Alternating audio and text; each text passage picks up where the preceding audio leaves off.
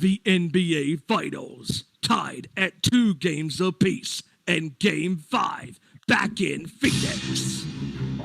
At the end of the first quarter, the Suns seemed to be on their way to a Game 5 victory against the Milwaukee Bucks as they held a 16-point lead going into the second quarter, down by double digits. Jonathan Antetokounmpo, Chris Middleton, and Milwaukee had a game plan of their own as the Bucks came storming back in the second quarter as they went on a 16-3 run of their own, and Milwaukee took a 64-61 point lead advantage against Phoenix at the end of the first half. In the second half, once again, the drama increased to a higher level. In the second half, Milwaukee held a double-digit lead most of the time in the second half.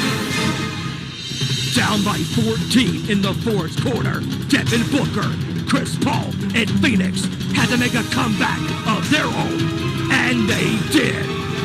Devin Booker kept the Suns' hope and dreams alive as Booker scored 40 points. Down by 1 with 13 seconds remaining in the fourth quarter, and a chance to win the game for Phoenix. As we all know in sports, defense wins championships, and Drew Holiday for Milwaukee proved that to be true on Saturday night in prime time as Holiday ripped the ball from Devin Booker's hands and lobbed the ball to Antetokounmpo as Giannis slammed the door on Phoenix chances to go up 3 games to 2 as Milwaukee took a 3 games to 2 series lead, heading into Milwaukee for Game 6 as they won Game 5, 123-119. In Game 6 on Tuesday night, back in Milwaukee, the Suns had every opportunity to tie the NBA Finals at 3 games apiece and force it back to Phoenix for a Game 7. But MVPs do what MVPs do, as Jonathan Antetokounmpo had one of the greatest performances in NBA Finals history as Antetokounmpo scored 50 points for Milwaukee as he helped Milwaukee take the NBA Finals this year against the Suns in 6 games as Milwaukee won the 2021 NBA Finals, won Game 6, 105-98. The nation speaks to you next.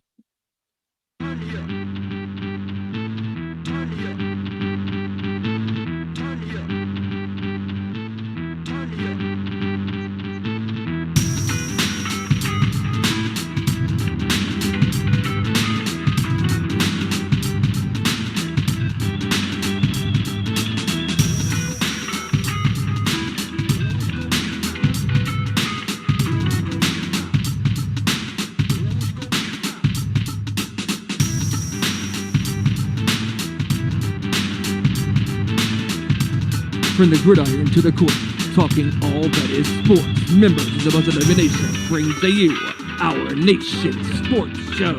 Here are your hosts, Ezra Vickery, Todd Tarlin, and Stephen Wyand.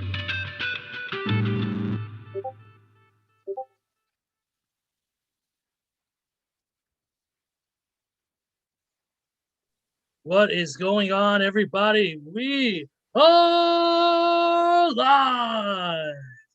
As a great Bruce Buffer once said. What's going on, everybody? Welcome to our Nation Sports Show. Hope you all are having a great day as usual. We are here live to talk all things that are sports. As many of you know, you can follow us in multiple different ways. You can follow us first on Facebook and Twitter at Our Nation Sports Show. You can follow us there. Just search it up in the search box and like and please share our page. We'd love to get more followers and more people to follow us on the show. The second way you can follow us is through our YouTube channel. If you go to youtube.com and you search up Our Nation Sports Show, you can watch the show live here and also past clips of not only our show but Nation Night Fights and Cage Fight Chronicles as well. Like, subscribe, get us to 100 likes so that or subscribers so that we can have our own custom URL. And it's easier to find instead of searching it up.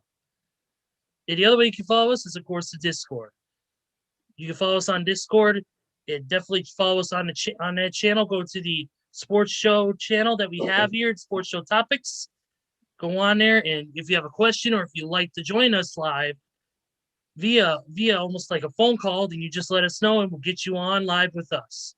But enough of me yakking about the specifics here. Let's get to the show, man. Come on, we got a lot to talk about. After a crazy week of sports with the NBA Finals, with the Aaron Rodgers saga, with the return of a UFC women's legend, we got a lot to talk about. And what better way to bring on to start the show than, of course, to introduce the man from North Kakalaki, my heavy metal brother from another mother, Stephen Wyand. What's up, brother? How you doing? What is going on, everybody? Let's put the pedal to the metal, rock and roll, whip ass, take names, and let's talk some sports. Let's go! All right, next up now we got with us a special guest. He's back again. I'm not going to go any further with that. But this man, he is the Alabama Crimson Tide's #1 fan. What? And he is our brother. And he is our brother here on the Nation Discord. None other than Todd Tumlin. Todd, how you doing, brother? Man, what is going on, fellas? Thank y'all for having me again. And a big roll tide to everybody out there listening. Ladies, and if you guys meet him in person, please call him Roll Tide. # Roll Tide. We got a lot to get into, but let's get started with, of course, the NBA Finals. Two major games which told the story. We'll start, of course, we had the Bucks winning the game 5, 123-119, which extended into a game 6 here. And the box score, according to this, great performances from the Bucks. Giannis with 32 points, 9 rebounds, 6 assists. Chris Middleton, 29 points, 5 rebounds. And then the real big name there was Drew Holiday, 27 points, 4 rebounds, 13 assists. Yeah. What a fucking game for Drew Holiday. Probably his best biggest performance steal of the game. Yep, Yeah. biggest steal of the game as well. Yep. It's probably his best performance in the entire NBA Finals, for sure. I want to get your thoughts before we get to game 6 on that game 5 situation. Todd, you watched game 5, correct? Oh, yeah. What were your thoughts on game 5 and kind of the way it played out and how each team played the ball? Well, I mean, both teams defensively stepped it up, I thought. I mean, they both needed that win. And to me, the unsung, and this is just to me, I mean, if you look at the numbers, they might not show it for every game. I know game 2 disappeared, but Chris Middleton, to me, was a big key in all their wins. Defensively, he played really good. And, of course, he had some really great offensive performances in some of these games, including the finals. But, my thing was I was kind of rooting. I love both teams, but I was kind of rooting for the Suns just because Chris Paul's been in the league so long, so good, and played at such a high level for a long time. And I wanted him to be one of those players that can hopefully get that championship before they retire. There's several good ones out there, Barkley and others who played at that same high level that were never able to get that ring. But, maybe he'll have the opportunity next year. That's just to wait and see. But congratulations to the Bucks. Well deserved, especially Giannis, man. I mean, could you play any better? I mean, Giannis had an epic NBA Finals run. I mean, not only the 32 points he had that night, but also we'll get to it, the big 50-point game making history. But we'll get to that in just a second. Quick little rundown of the numbers for Phoenix Suns real quick on game 5. Bridges had 13 points, 4 rebounds, 1 assist. The biggest differential was Devin Booker, who had 40 points, 3 rebounds, or 4 rebounds, 3 assists, as Steven alluded to in the intro for the sports show today. DeAndre Ayton, 20 points, 10 rebounds, 1 assist, 1 steal, and 2 block shots. It was a good game, but it just wasn't enough for Phoenix. Steven, your thoughts on game 5? Game 5, it's simple as this. Chris Paul, did not show up in a lot of spots when it mattered the most, because Phoenix was up by 16 in that first quarter. At the end of that first quarter, they looked like they were fixing to run Milwaukee out of the gym in Game 5. But Giannis and Middleton and Holiday and all the boys said, dude, we're not going to go down 3-2 against these guys, even though Game 6 is on our home floor. And Milwaukee made that run in the second quarter, and then they were up big in that second half. They were up by double digits most of the time in that second half, and they were up by 14. I'm like, okay, this game looks like it's going to be over, because they're up by 14. There's like 5-6 minutes left to go in the game. And then the Suns came back, and I was like, uh-oh. And then the more they got close, I said, okay, this is a possibility that Phoenix can pull this off, because Devin Booker was playing so well, and they didn't call a timeout. They were in the heat of the moment, when they got the rebound off the missed shot. And when Booker had that ball, I said, okay, they're probably fixing to win this game. And then Drew Holiday, my goodness, ripping the ball out of Booker's hands with both hands and having the true point guard vision to lob the ball up to Antetokounmpo, and Giannis slams that ball down with veracity and slammed the door on the Suns' chances to have a chance to win that game. Because no matter what, if he missed the free throw, but by him missing that free throw, the door was basically still shut, and then Middleton hit one of 2 free throws, and it was just the Bucks in that game got up on the Suns quickly, because it seemed like it was going to be a blowout for Phoenix, and just the way the game was flowing in that first quarter. But Milwaukee, man, they looked so good for the rest of that game in Game 5, and we said it last week on the show. I said it, Ezra said it, Sam said it. We all said it. If Phoenix goes down 3-2 against Milwaukee, going back to Milwaukee for Game 6 Tuesday, it's over. Yeah. And that Game 5 was very telling, because if Phoenix would have won Game 5, there would have been a Game 7. I believe that too. I absolutely do. And but another thing, you mentioned Chris Paul. So many turnovers in Game 5. So many turnovers. Good grief! There was a stretch there in the third quarter that it looked like there were kids almost at some point. I've never seen Chris Paul throw the ball away like that. Yeah, three different game before. 3 different players had 2 or more turnovers in that game. So, and a couple of them were critical ones that cost. Oh, absolutely, yeah. Even and there were some ones that kept the game close for both teams on that end, especially on with the Bucks. The Bucks, one of their players, I believe it was, if I'm not mistaken, had 4. It was Middleton. Middleton had 4 turnovers. Yeah, and the thing was, they weren't really even forced. It was just them making bad decisions with the ball. It wasn't like the defense was that great. In those moments, it was just terrible. Let's be honest. If Phoenix would have won Game 5 Saturday night, we would be looking at Middleton, dude, going, you cost him the game. Yeah. Oh, yeah. Yeah, basically, because Middleton had 4 turnovers. That was Drew Holiday who had 4 turnovers. Middleton had 3. Lopez had 2. I'm wrong. Middleton had 4. Drew Holiday had 2. Lopez had 3. PJ Tucker had 1. And so did Jeff Teague. He had 1 as well. So altogether, that is 11 turnovers to 13, or to actually to only, looks like only 5. Well, but somebody wasn't keeping good stats. Who wrote those stats? I mean, my God. Absolutely. Give me a break. You could have said 15. I don't believe 5 in any.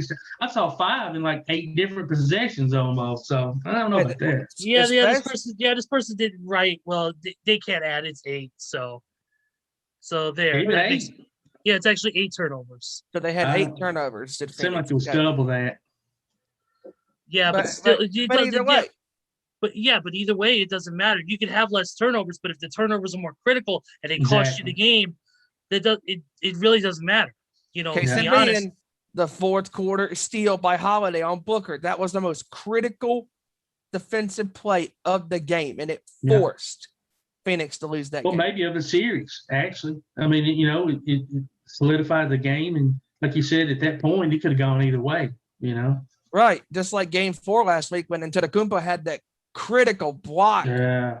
That was a great block. I mean, but Holiday definitely solidified what the series was going to be because the way he played on the defensive end, and that was his best game from an offensive standpoint as well. He was scoring very well and passing very well and just had a great game. He was everywhere defensively as well. You're right. Yup. And I said it last week. He was the missing piece that they thought Eric Bledsoe, sorry. Eric Bledsoe, that was the point guard for a couple of years ago because I was like, man, Eric Bledsoe's good, but he's not what Drew Holiday is. And Eric Bledsoe was not a great shooter compared. He was okay, but Drew's definitely a better shooter than Eric. Yeah, absolutely. Oh, yeah. Let's talk about the final game. Let's talk about game 6. And let's talk. We're gonna get right into it with the stats on that. And we're going to get into, of course, we got to talk about the bus. We got to talk about Giannis. 50 points. 14 rebounds, 2 assists, 5 blocked shots. Nobody since the merger of the NBA and the ABA has had more points than Giannis. And, he'd been struggling from the free throw line the entire series. I believe it was like 15 out of 17 from the line. 17 of 19 from 17 of 19, okay. 16 of 25 from the floor. field. Amazing.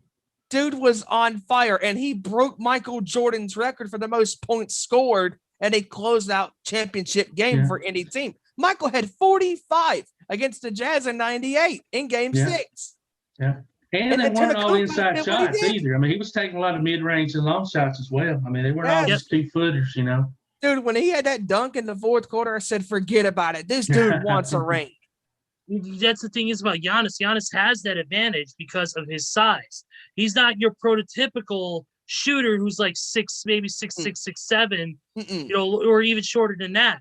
He's a lengthy, tall guy, but the guy can shoot from any part of the court, long range, mid range, up on the basket. The guy can do virtually anything. I mean, he didn't get the Greek Freak nickname by accident. He is a freak. He's good in the pick. Can handle the basketball. You have to come out on him and guard him at the 3-point line, and then he just goes around you.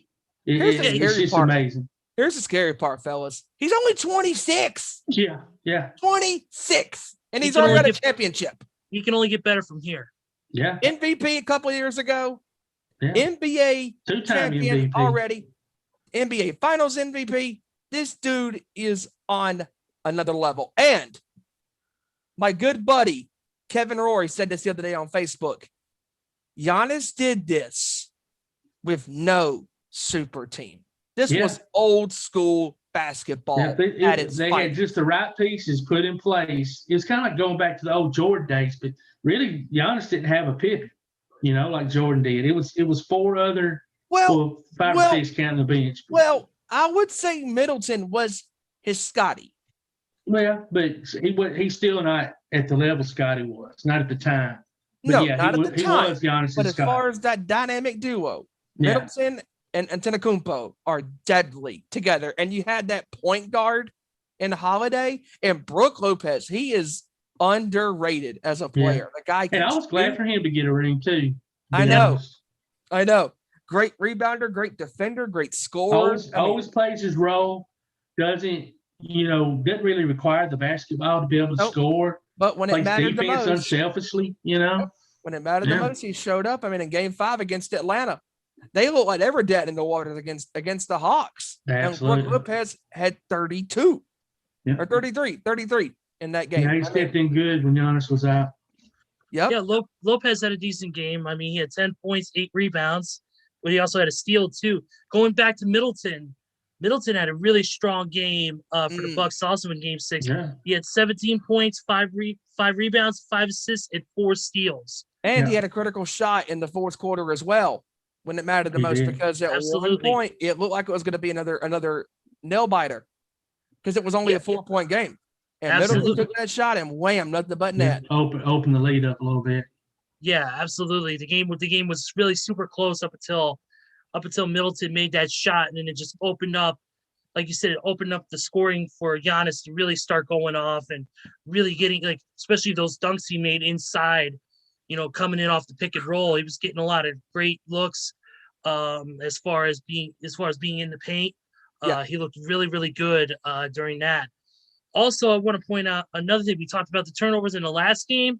Mm-hmm. This was bad. Yeah. Both teams actually did not do well on the turnover portion. If you think about it here, especially in that third quarter, it was sloppy. It was very sloppy. Yeah, 14 turnovers for the Phoenix Suns, including 6 by Devin Booker. 6 by Devin Booker and 3 by Chris Paul. And then even Giannis himself, he had 6 turnovers, and Milton had 5, but they were able to. Very sloppy. Both teams were very sloppy in the possession of the ball during these past couple of games, but it was the Bucks had made the adjustments and were able to capitalize on Phoenix's mistakes and able to take those turnovers and turn them into points. And every time Phoenix had an answer against Milwaukee, Giannis was like, nope, not today. Man, he was so focused, so laser sharp focused. Yeah. He remembered the doubts that he had against Toronto 2 years ago in the Eastern Conference Finals when they had a chance to go to the finals that year. They were up 2-0, and Toronto had a clean sweep of their own in that series and won it in 6 games. And again, just this team, man, I mean, I'm just so happy for the city of Milwaukee and the state of Wisconsin because the drought for them is over 50 years in the making since they last won their championship with Kareem Abdul-Jabbar and Oscar Robinson at the helm for the Bucks. And now that you have a future superstar in the, Hall of Famer, if you want to call him that, Giannis is the guy. And the guy right now is playing at a level that if you're a Milwaukee fan, that's your guy. And that's a superstar in the making for years. If I'm not, y'all can definitely correct me if I'm wrong on this, but was it last year or year before when his contract was expiring, he almost left? Am I dreaming that? I don't think I am, but I think I don't remember that. But okay, I might be dreaming, but I just remember kept on thinking, wow, he could have been playing with whoever, other than Milwaukee, and I'm sure they're thinking the stars above that he stayed. But I might be dreaming that. I'll have to look that up. Yeah, but just the fact is, this Bucks team, even though they were 3rd seed in the Eastern Conference, they were a really good basketball team, and they were evenly matched with Phoenix, and that's why I think Phoenix, didn't win the last 4 games against them because Milwaukee had every single answer against. They sure did. Every time Phoenix had a run, they responded. With Booker and Chris Paul and some of the others, they played kind of a slashing style to, drive the ball to the basket during the regular season. And then you start trying to do that against the Lopez and Giannis down below. I think that kind of threw them out of their game a little bit. I think so too, because if you think about it, during the Western Conference playoffs and finals, during their run to the finals, nobody could stop DeAndre Ayton. Nobody could stop Ayton. Nobody could stop Cam Johnson. Nobody could stop none of those guys in the paint. Bridges, none of them. And Milwaukee had that covered. And I mean, yes, they had Jake Crowder on the perimeter to shoot the jumpers. They had Devin Booker with his excellent scoring and Paul when he wants to get hot. But they needed that inside presence. It just wasn't there. The inside presence, exactly. Inside, the lack of inside presence plus the hot and cold of Chris Paul is kind of, I think, what cost them this series is when, Chris Paul, like you said, when he wants to get hot as far as shooting, he does. But then there's times where he's ice cold and doesn't perform like the Chris Paul we know. Yeah. And that's kind of an issue I think that cost him the series was the fact that Chris Paul didn't perform to the level that we're used to seeing him at.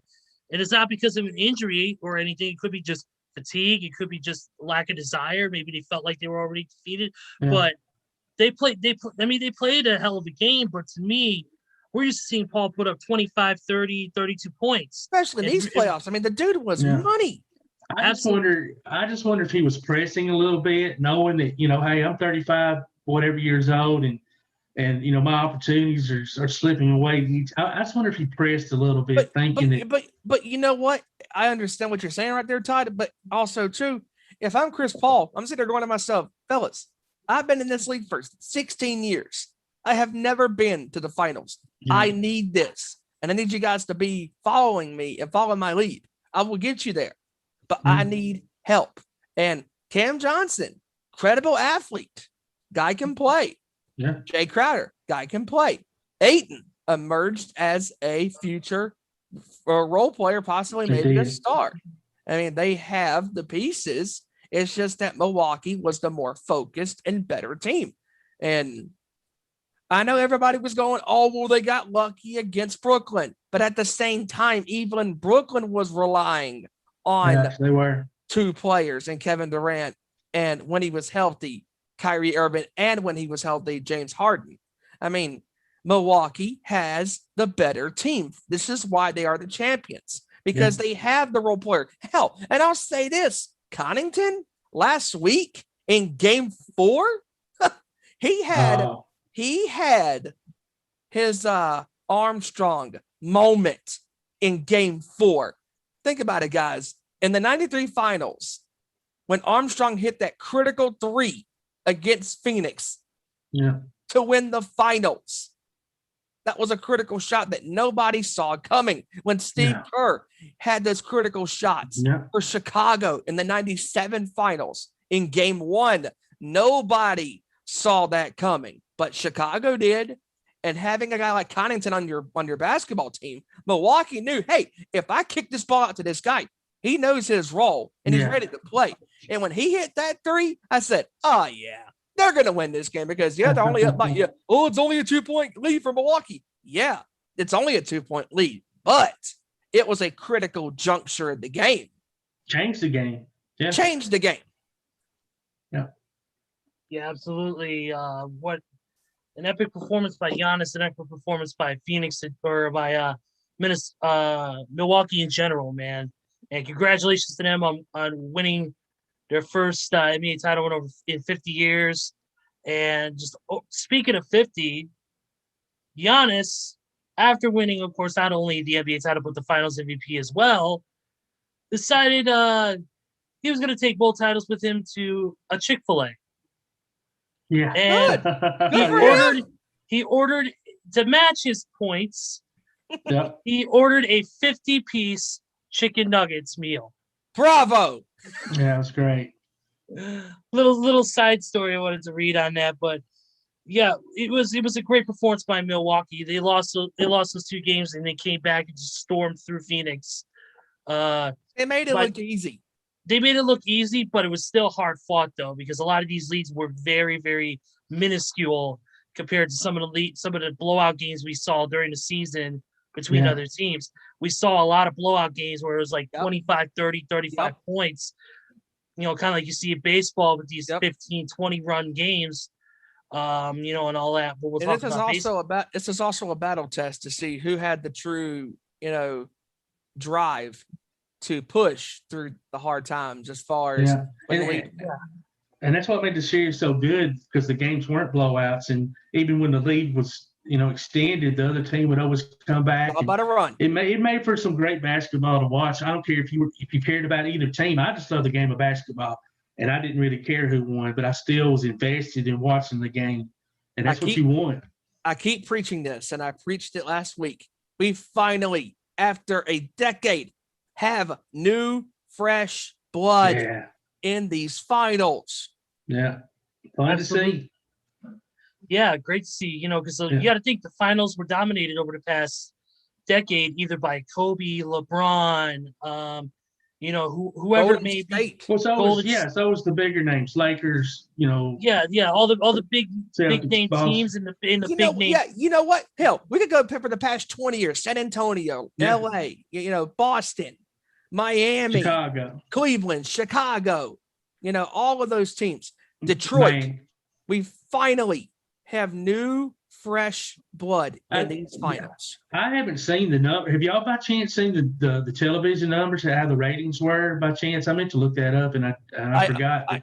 I understand why you're asking that, and I hope the ratings are good. But at the same time, if you are a basketball fan, you would have watched this no matter what, because this is fresh content. These are two teams that have never played in the NBA Finals against each other. And we finally had fresh matchups. And it's like, oh, what team is going to succeed? What team is going to win the finals? Because when you thought that Milwaukee was going to win game 5 by at least double digits, Phoenix had a run in them. When you thought Phoenix was going to win game 4, Milwaukee had a response in game 4.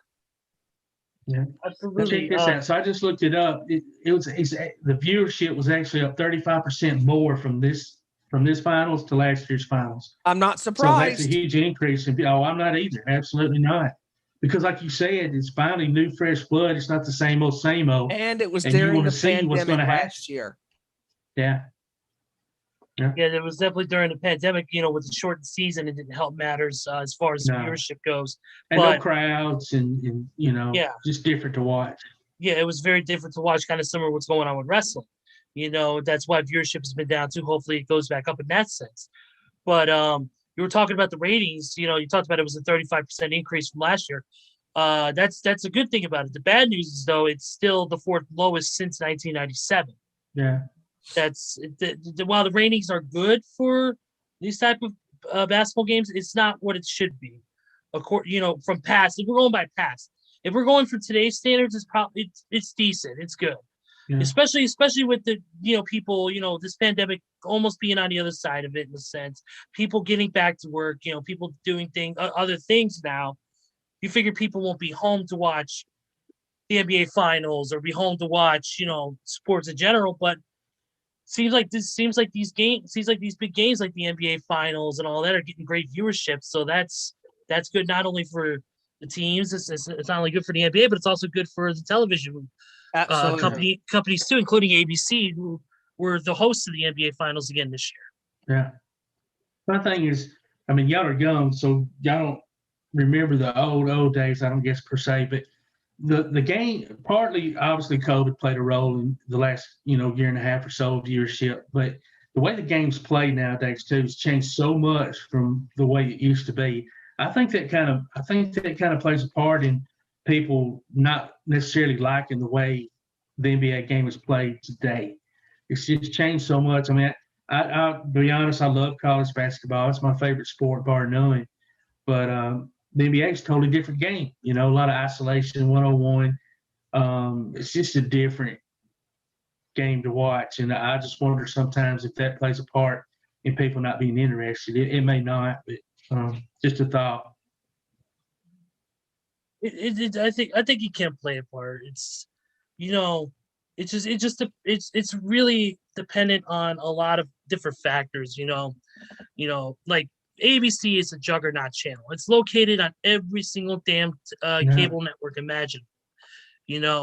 But it's the factor of, are people interested in it? And that's why I said the new fresh blood coming in helps. When you don't see a LeBron James, you don't see a Kevin Durant, you don't see a Steph Curry in the finals like you saw them a year, 2 years, 3 years before. Yeah. It helps bring in fresh eyes. But also, there's a lot of people who have been disenchanted with basketball over the years because of the rule changes, kind of the ticky-tack fouls that are kind of put in place. Kind of very similar to what's going on in the NFL too, with the changing of rules. It hits on players and things like that, which I understand for safety reasons, but also it's not the old school way that, even I grew up with. I'm a 90s kid. I grew up with the hard hitting football. I grew up with that 90s stuff in the early 2000s. So in that sense too, it's the same thing with the NBA. I grew up with the Detroit, I grew up the Bad Boys in Detroit. I grew up with those guys. I grew up with the Chicago Bulls, that era with Rodman being as physical as he was, Ron Artest and all them guys. So I think a lot of it, in a sense, I think some of it is the fact that some are disenchanted just by the changing of the game itself, from the rules to the way things are done.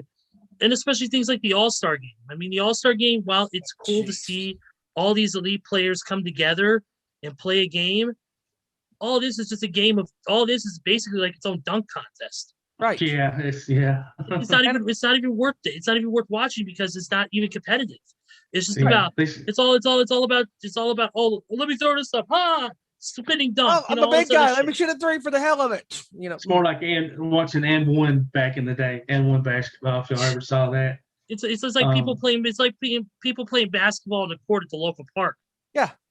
That's exactly what and one and was. you guys, yeah. And you guys are talking, and you guys are talking about how the game has changed in the last 15, 20 years. I mean, especially with the way teams have been playing in the last, decade. I mean, everybody loves shooting the threes, and you live by the three, you die by the three. And Golden State, blame Steph Curry for that. Yeah, blame Golden State for that. And the way him and Clay can shoot, and when Kevin Durant was on those teams, and the way they were shooting the ball lights out, and that's where I think Milwaukee brought it back to being the grinding team. Yeah, a little more old school. Yeah. Phoenix in a way as well. Mid-range shots. You never hardly see teams shoot mid-range shots anymore. Milwaukee will do that. No. They played a lot of mid-range shots. They did a lot of mid-range shots, played a lot of pick and rolls, doing a lot of driving to the basket and a lot of inside bounce plays to get big men in there or to get even the guards in there to come in there and make shots, and it's you could tell it's kind of a throwback to the old school way of playing, right? Instead of, like you said, live and die by the 3-point shots. So, Milwaukee took almost a throwback, and it says without even realizing it, putting it in this game, which is to me it makes it more interesting and allows us to get a fresher look at the game compared to what's been the past 5-10 years. Oh, yeah, absolutely. Exactly. And when Middleton had his 8 points in the fourth quarter in Game 4, all of his shots were mid-range jumpers. Yeah.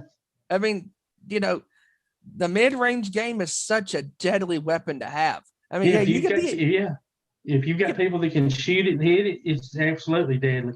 Right. I mean, look at 2004 when the Detroit Pistons were really good. Richard Hamilton, one of the best mid-range Jays in the game. Rip Hamilton. Man, he would rip it, literally. Well, what's his name that came off the bench? Jason Terry. I'm sorry. I'm sorry. Had a nickname like Microwave or damn it, because he got so hot so fast.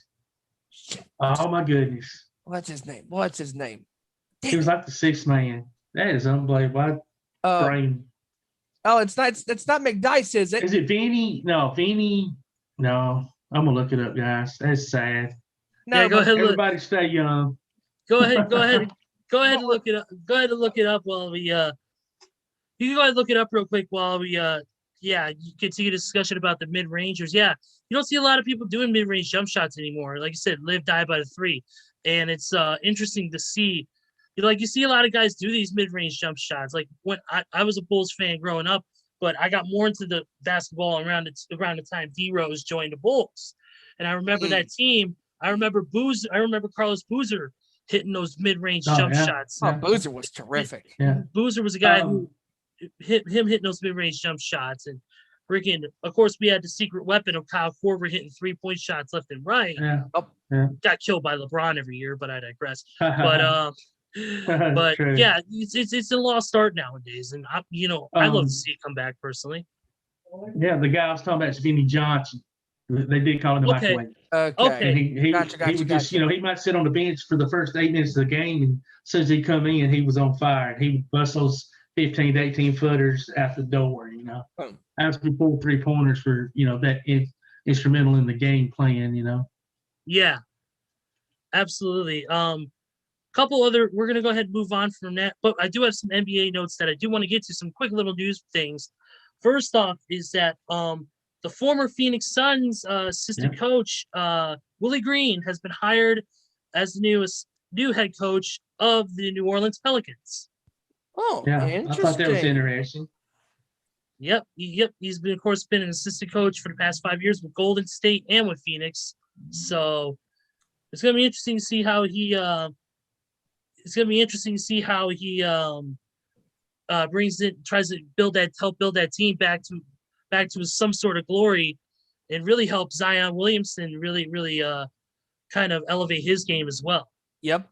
Yeah, probably a good hire. I like Stan Van Gundy. But he was more of an old school type coach, and Yeah. I'm not sure the players, reacted to some of that. So Willie's a little younger and might can relate better.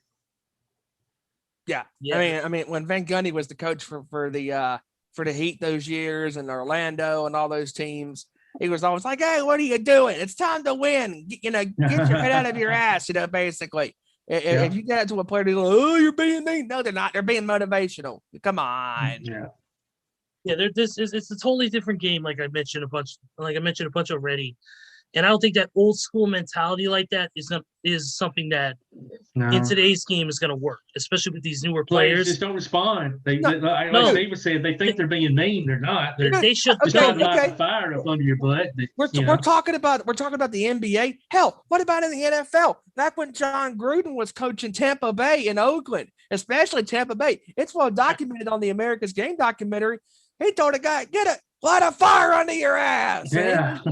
He was just lighting, and then when a player didn't do what he wanted to do, he was like, "Hey, what the hell are you doing? I told you to do this, and you did that. What are you doing?" You know what I mean? Rex Ryan was the king of going crazy. Yeah, he'd ride you. Well, Bill Parcells. Yeah. Oh, Bill Parcells. Oh my God. Especially as on quarterback. Hey, Phil, what the fuck was that? What are you doing? Yeah, he didn't play. All that stuff. I'm like, he's like, "Hey, you're the quarterback of this team. You're supposed to be doing this." "Well, I'm sorry, coach. Get your head out of your ass, Phil, and go play the freaking game." I'm like, oh my goodness. He is just chewing. That was back in the day when they grabbed those face masks and get all up in you. Yeah. Right. Not doing that anymore. Nope. Oh, if you do that, we're gonna throw a flag. Get the frick out of here. Come on.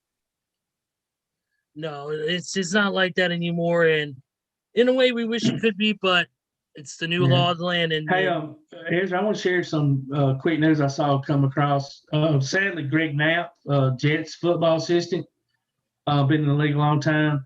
He lost his life today. He was actually out for a bicycle ride and was hit by a car and died from his injuries. And he leaves behind 3 daughters and a wife. And oh man! So very sad news for the Jets and the Knapp family. And so want to keep them in our thoughts.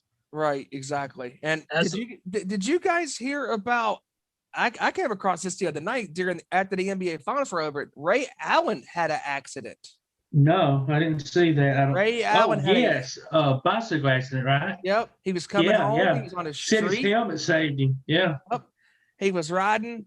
He had his back turned away from where he was, looking at, and he just turned away at the wrong possible minute, and boom, lost control of the bike, and that helmet really saved his life. It saved his life. Yeah. But people don't think that stuff's dangerous, but it certainly is. Absolutely. We definitely send our thoughts and prayers to the family of Greg Knapp at this time. It's a very, very difficult time for them. We send it to his daughter. We send it to his daughters and his wife, and hopefully they'll find peace soon. Right. And of course, we send well wishes, even though he's not in any sort of danger, to Ray Allen as well, because anything like that is dangerous. And if it's a good thing he wore that helmet, because it could have been a lot worse. Right. A lot worse. Because he said he came home and he came into his house and he almost passed out. I'm like, yeah, that's definitely a concussion. Mm-hmm. Yeah. I mean, Ray Allen God was watching him, and protecting him, and and just so glad that Ray Allen is still here with us, and unfortunately Greg Knapp is not. And our thoughts and prayers go out to his entire family and his kids and all that. And it just goes to show you, man, just tell your loved ones, your family, your friends, how much you care for them, and love them. You never know when your time's coming. You never know. Absolutely. I was also reading that they showed a lot of celebrities at the NBA Finals game. They showed everybody from Adele to Vanessa Hudgens, who did the national anthem, to even LeBron. He was there too, but he walked out 6 minutes before the game ended.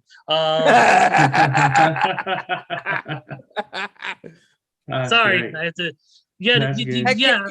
Can I just say, I was so sick and freaking tired of Space Jam 2 being advertised during this finals.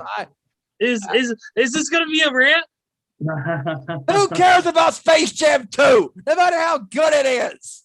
It's not the original. You take away a character because, he's sex offender. Bullshit. Bullshit. You could sit here and try to twist and have a different plot or some similarities to Space Jam #1, but no, sir. This will not be just as good as Space Jam #1. No. Even though LeBron's in there, that's whatever. Okay, fine, whatever. Hey, it's better than Aaron Rodgers, but I digress. Oh Lordy. But yeah, I guess I can agree with that. But no, I mean, I was like, oh my dear God, I know it's a basketball movie, I know it's the NBA Finals, but stop showing the freaking advertisement all the time. Oh yeah, if you ain't seen it by now, you're not ever going to see it. Because good grief, they played the mess out of it. Oh, thank God. They had a box of Space Jam cereal on the shelf the other day. They were selling them for the Space Jam movie. It fell off the shelf, and I said that LeBron flopped.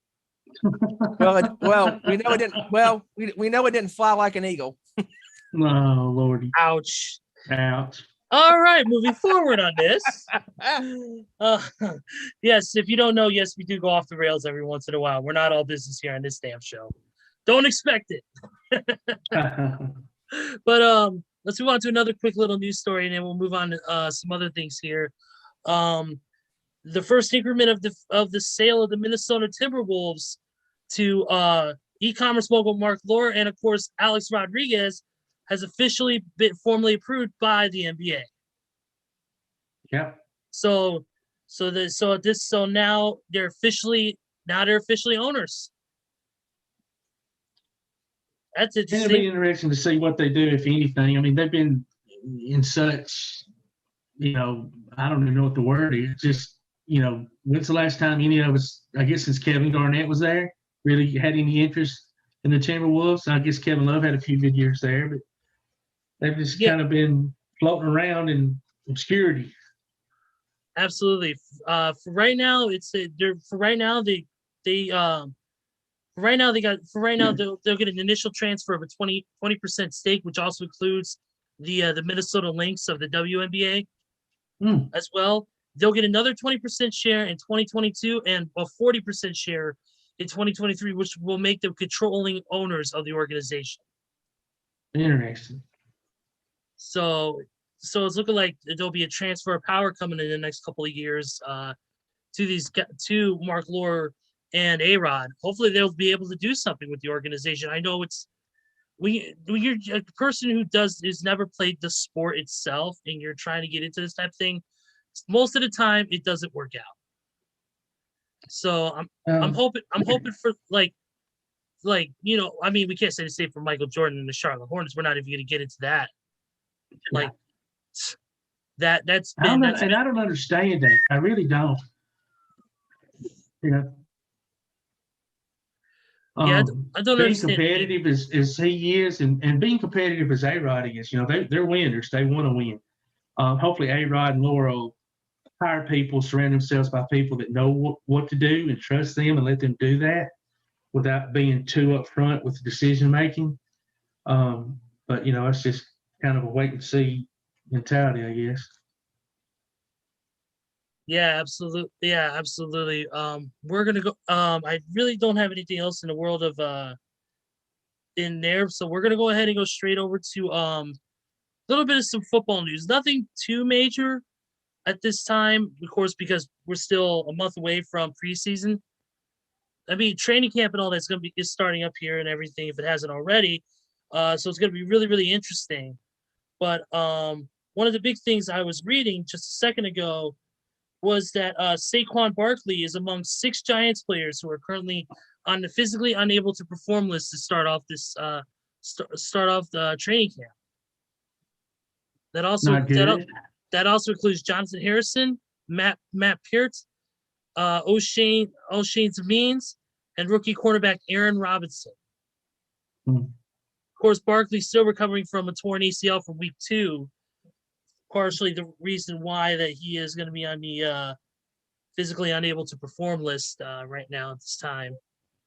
But that note, and another Giants player is currently not playing or is not going to be able to do much anything, and that is Kadarius Toney. He was just announced. He was just placed on the reserve COVID-19 list. So possibility he may have COVID-19 with this whole situation. And speaking of situations, we are going to get into the continuation of the Aaron Rodgers saga in just a second. I know there was a player recently, I forget what team it was, that tore their Achilles and is out for the season already. I saw that the other day too. I don't recall who it was. Right here. It's the running back for the LA Rams, Cam Akers. Yes. He was training for the upcoming season and suffered a torn Achilles, and he is out for the whole season. Yeah, that's sad news. I hate to hear that for any athlete. Now Saquon, is he not saying personally that he feels like he's ready to go, or do y'all think I'm thinking of another athlete? It seems like I know the team has got him on the injury reserve list, but I think I read where he says that he feels like he's almost 100%. So maybe it's just more precautionary thing to keep him out from getting further injured in training camp. I don't know. Yeah, more or less a possibility. I think it's just a matter of keeping him down so that way he doesn't re-injure himself. And if that's the case, then that's a smart thing to do, because the last thing you want to do is re-aggravate a severe injury of any kind, whether it be a torn ACL, a torn meniscus, a torn Achilles, broke his shoulder, whatever it is. It doesn't matter. Once you re-aggravate it, that's where then it becomes a problem, and then you can re-break it again or re-tear whatever it is again. And then you have a career-ending injury instead of a injury that just keeps you out for a season. So, of course, we send our best to Cam Akers in his recovery, and hopefully he can get back next season. Let's get right into it. Aaron Rodgers. This ought to be fun because I know how Steven feels about this poor bastard. Four? So that's why I say that, because I say that because he's about to get ramrodded by you. Yes, he is. Yeah, and he's about ready to get ramrodded by you, and by God, that's a low point in his life. But I'm so thankful that I will never meet this man in person. Yes, but what we're talking about here, if you guys haven't been paying attention, which if you guys haven't, shame on you, is that Aaron, supposedly a report came out that Aaron Rodgers has basically declined a 2-year deal, a 2-year extension, which would make him the highest paid player in football. Big money. Guaranteed. And to the age of 43 years old. Yeah, kept to the age of 43. Guaranteed money. And he said, no thanks. And even Jay Glazer said this on his websites and on his social media, is that this seems to be more than just about money. It seems like it's more personal than anything, and it is. From what we've seen and what we know, Aaron, this is something we talked about numerous times, but is that Aaron feels it seems like Aaron feels slighted by the fact that management did not give him a chance to voice his opinion or give any sort of any sort of input on the hiring of Matt LaFleur and then the quarterback that they brought in, which angered him and basically caused the rift between him and the front office and the coaching staff. Hence the reason why he wants out of the organization. And as we already know, the Green Bay organization has already shut down any and all trade talks with any team, and teams were looking to put big picks in too and cash consideration to get Aaron, but Green Bay has said no thanks. Yeah. So I know we said whether he's going to retire or not or whatever the case may be. We said this before. But with this latest development on what's going on with this about him denying that contract extension, and we're going to start off with, of course, Steven, because I know how he feels about Aaron Rodgers, and he might go into a slight rant here. So that way, Todd, you can have free range to talk because Steven's going to 10 minutes for recovery. Steven, the floor is yours. So once again, Rodgers makes headlines that he says, I'm not going to sign a contract with Green Bay to keep him there, obviously, until he was 43 years old. And he said, I want to get traded or I'm going to retire. Well, if he retires, the streak will still be alive for a Green Bay Packers quarterback not playing past 16 regular seasons. And we have talked about this countless times on this show, and I understand to a certain degree when it comes to Rodgers not being happy with the organization as far as not having to say as far as what players come and go as far as receivers. But think about it. Unless you're Tom Brady, you're not going to be playing majority-wise 20-plus years in the NFL. It rarely happens at the quarterback position. At most, you play at least until you're 40-something years old. Not at the way Brady's playing. And Rodgers felt upset that, they're going to pick a quarterback. Well, hello, Mr. Rodgers, sir. Nothing lasts forever. And you, my friend, need to be realizing that eventually, and I know he knows this, there's going to be a time that you have to retire. And they have to pick a quarterback. They have to. They have to have a quarterback on the roster, because if they don't, who are they going to turn to? Yeah, is the pick they picked the best pick? No, but it's better than nothing, because he's talking about how he's not happy with the coach. He wasn't saying that bullshit when they were winning, was he? No. Because when everything was going all their way, MVP, regular season, Aaron Rodgers having his best year. Yes, he did. He had, to me, out of all the seasons, he's won the MVP in the regular season. Last year in 2020 was his best performed season because he had a bunch of nobodies that he made look good to great. The only star player he had on that receiving core was Devonta Adams. Everybody else was role players, and they know their role. If Tom Brady can make Scotty Miller look good in the NFC Championship game by lobbing that ball up at the end of the first half to score that touchdown, well, then Aaron Rodgers can make any player look good himself, because every star quarterback has done that. Drew Brees, Ben Roethlisberger, the young Patrick Mahomes, Brett Favre, Tom Brady. I could go on and on. The Sheriff, Peyton Manning. All of these guys have done their part to make role players even greater. And I think Rodgers obviously can do that because he did it last year. And the part that bugs me the most, he's bitching about the head coach when they were winning regular season games last year and they were winning consecutive games, like that. And he was bitching about Matt LaFleur then. We won 7-8 games in a row. We're on a roll. We're rocking and rolling. 13-3. Yay. Home field advantage. He was drinking the Kool-Aid then. And then, when the going got tough and they lost the most important game because he didn't call the audible in the fourth quarter with 2 minutes left to go in the game to throw the ball or to run the ball, 4th and goal from the 8-yard line. I will keep saying this because that was a critical play of the game. I don't know about my future after the game. Yeah, I get it. Yeah, I get it. You're pissed off because you lost the most important game to go to the Super Bowl. He's been to 4 NFC championship games, and 2 out of those 4 games that he lost was on him. The other one was on his freaking tight end player who doesn't know have a set of hands. He's obviously got butterfingers on his hands. He couldn't catch the ball. The backup tight end.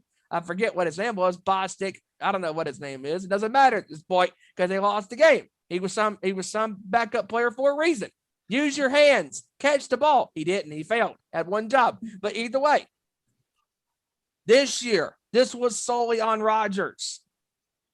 This was somewhat on LaFleur because it was also up to him to call the right plays. But it was also up to Rodgers to say, hey, I want to take that play or not take that play. For the past several months, Rodgers has been in this mood. I don't know. You know what I'm going to do? Especially when he was at the press conference a couple weeks ago they were asking him, hey, Aaron, are you going to be there September 12th? He goes, I don't know. We'll see. What's that?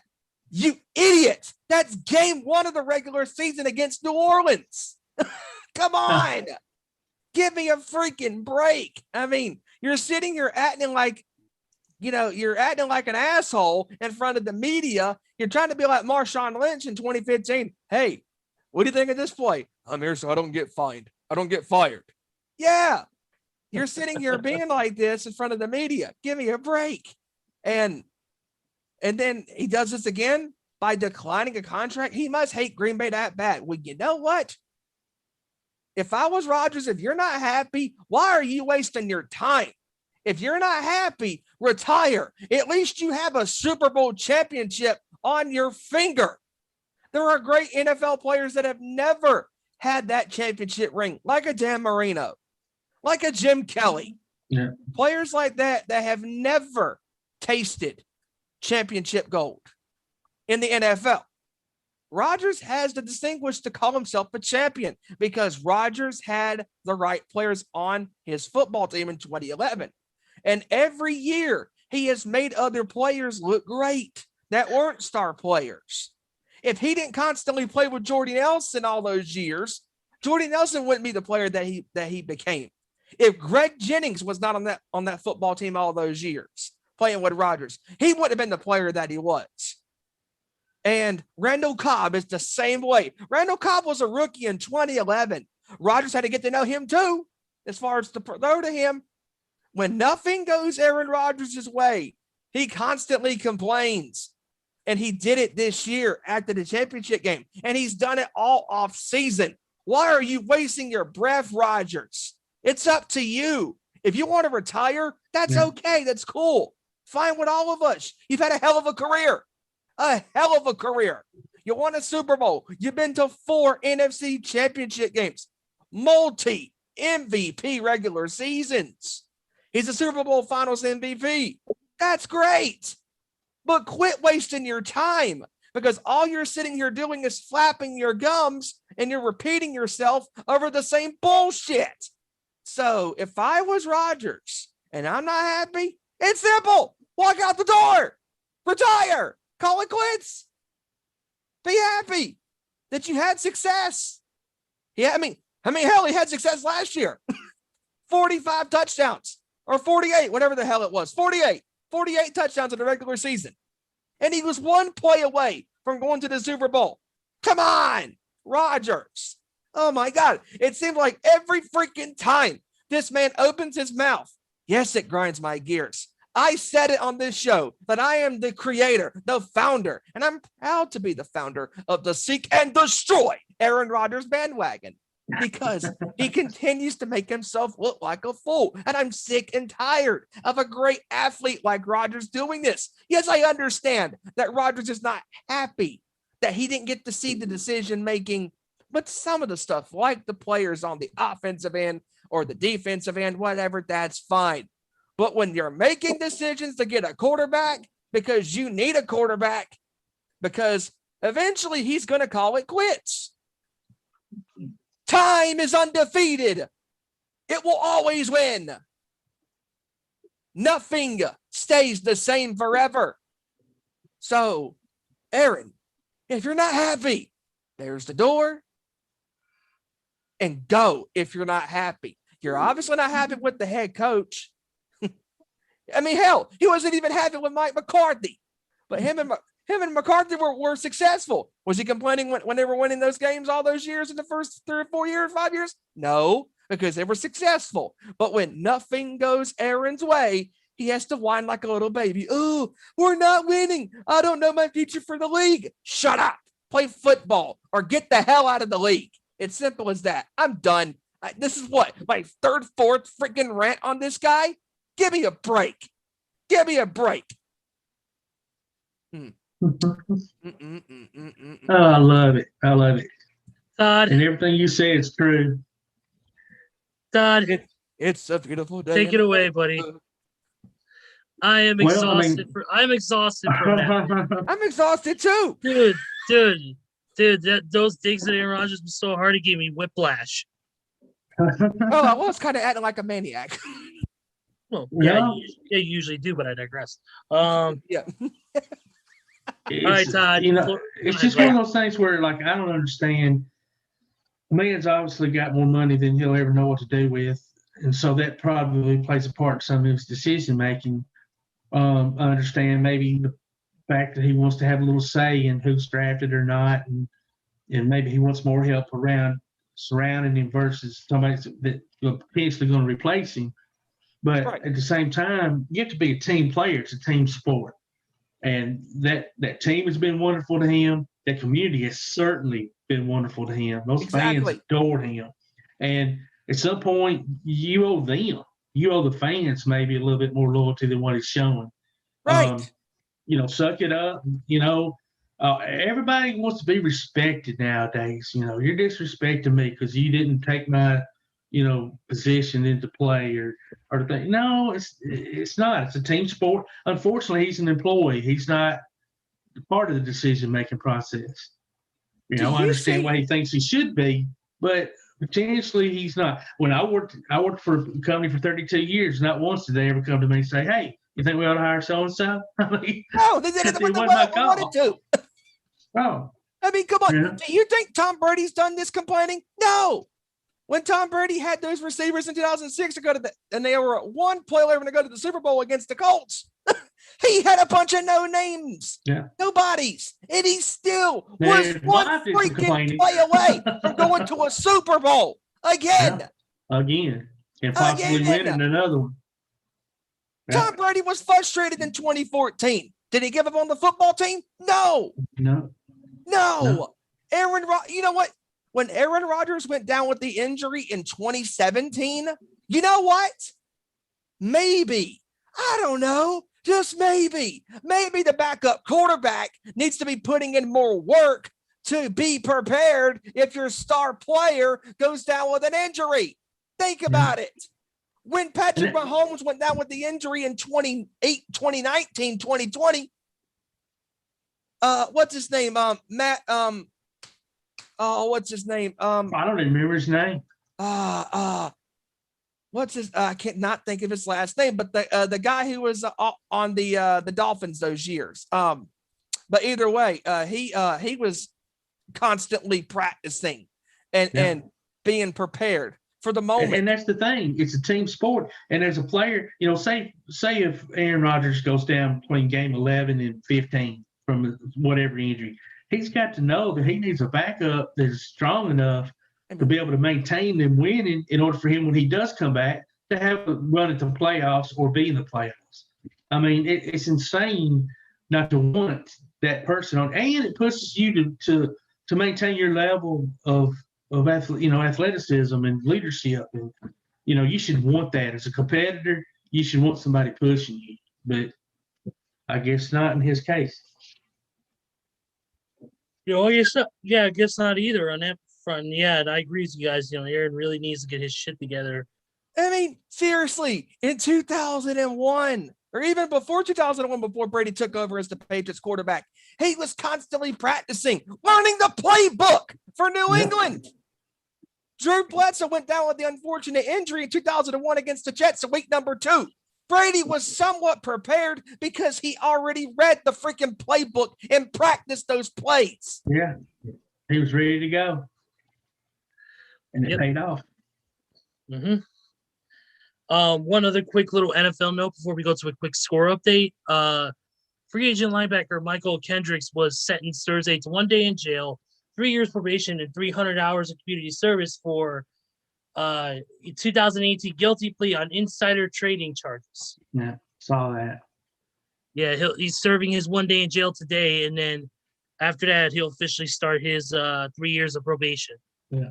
Also saw where the Miami Dolphins released Devonta Williams. I think he's a safety for a domestic violence charge that's been brought against him. So for them to dismiss him, they must feel like it was, that he's guilty, I guess. Yeah, absolutely. Yeah, they must feel like he's guilty, or they just don't want the extra publicity on themselves, or just getting rid of him while they have the opportunity to, because I know teams will do that to prevent bad press on their end. So yeah, but we'll see. before we What's leave up? the NFL, do y'all mind talking about that? The decision today about the forfeiture of football games due to the spreading of COVID. Oh yeah, absolutely. Let's get in. Let's get into that real quick. And that's a great point, Todd. There was something that I also read. I believe it was. I don't think it was. I think it was Saquon Barkley. I think it was either him or somebody else who said that if they force people to take the vaccination in the NFL, that he would quit and retire from football. It's what's his name from the Cardinals, the Yeah, receiver. That's who it was. yeah, I know. What's his name? It's so good. Hopkins. No. Yeah, DeAndre Hopkins. That's who it is. Yeah, DeAndre. Yeah, it was Okay, DeAndre, DeAndre I Hopkins. believe, My fault. that said Real that. quick, I just looked it up. It was Matt Moore. That was who the backup was for Kansas City when Mahomes went down. Oh, with the okay. injury See, in 19. I That's who forgot it that. was. Yep. All right, Todd, go ahead and you were talking about this forfeiture of games if a team has Yeah, COVID. so Can you share a I little more guess light the on it? NFL, yeah, it's come out today. I don't know what they shared privately with the teams, but publicly, I guess they're basically saying that if and there was 3 or 4 things. Matter of fact, I believe I took a picture with it on my phone. So let me look at that real quick. But so yeah, so it says that the NFL, the requirement of government authorities or medical experts because of ongoing health concerns of an outbreak. So if the NFL can't find a suitable date to reschedule within an 18-week framework, or the original postponement was caused by an outbreak among unvaccinated players of one team, it'll be an automatic forfeiture. Players will lose their paycheck, and the team will have to suffer a loss. So my question to y'all guys is, and DeAndre, that's what DeAndre's bringing up. It's a fact of freedom to take the vaccine or not, and for players that feel like that they don't want it, that puts a whole different spin on it now. That can you imagine being a teammate, an unvaccinated teammate, and then supposedly the outbreak is caused by you, the unvaccinated player, causing all your teammates to lose a paycheck. That's a lot of peer pressure to put on these players to have to now become vaccinated. Now, 80% of the league, they say, is vaccinated, and 75% are partially vaccinated. Do y'all have any thoughts on what that entails? Well, for me personally, I feel like that it should be the player's discretion on whether to take the vaccine. And I understand that the NFL is trying to protect the players, they're trying to protect the coaches, they're trying to protect the fans from another outbreak happening. And I get that. Everybody in the world, in any organization, whether it be sports, business, schools, anything, are trying to can this virus and trying to get it slowed down as much as humanly possible. Because if we let one thing go wrong, we could be in some serious trouble. That's why everything came to place: the mask, social distancing, the vaccine itself. And people have the choice whether they take it. They have certain beliefs on it, whether it's something about the ingredients or whether it's a personal belief they have. It's their choice, and I don't fault them for it. If they don't want to take the vaccine, that's all. That more power to them. They can do. People can do whatever they want. They're grown. They're not kids, and especially these NFL players. They're full-grown adults. They should be able to make the decisions. But if your player's financial security is on the line, it's a whole different ballgame. And I could see the NFL possibly getting a lot of backlash for that, and deservedly so, because forcing somebody to get a vaccination and then if they don't and they get sick and the other team members get sick and then it causes them to lose their livelihood, causes them to lose a paycheck, which could be, depending on what they make, it could be critical. Yeah. To me, that's not right. That's almost forcing somebody's hand, and you can't do that. Yeah. In my and opinion, that's what they're doing. Yeah. If it comes down to it and they implement it, should players get it? In my opinion, yeah. But if they don't feel like getting it because they have a certain belief, they don't have. I have no problem. I have no problem with that. Exactly. But the problem is the NFL enforcing this policy. I don't think it's going to go over well. I don't think It's it's going not. to well either. No, it's I not don't- because I it's don't not. either. And they didn't also mention first they didn't mention what constitutes an outbreak or a forfeiture.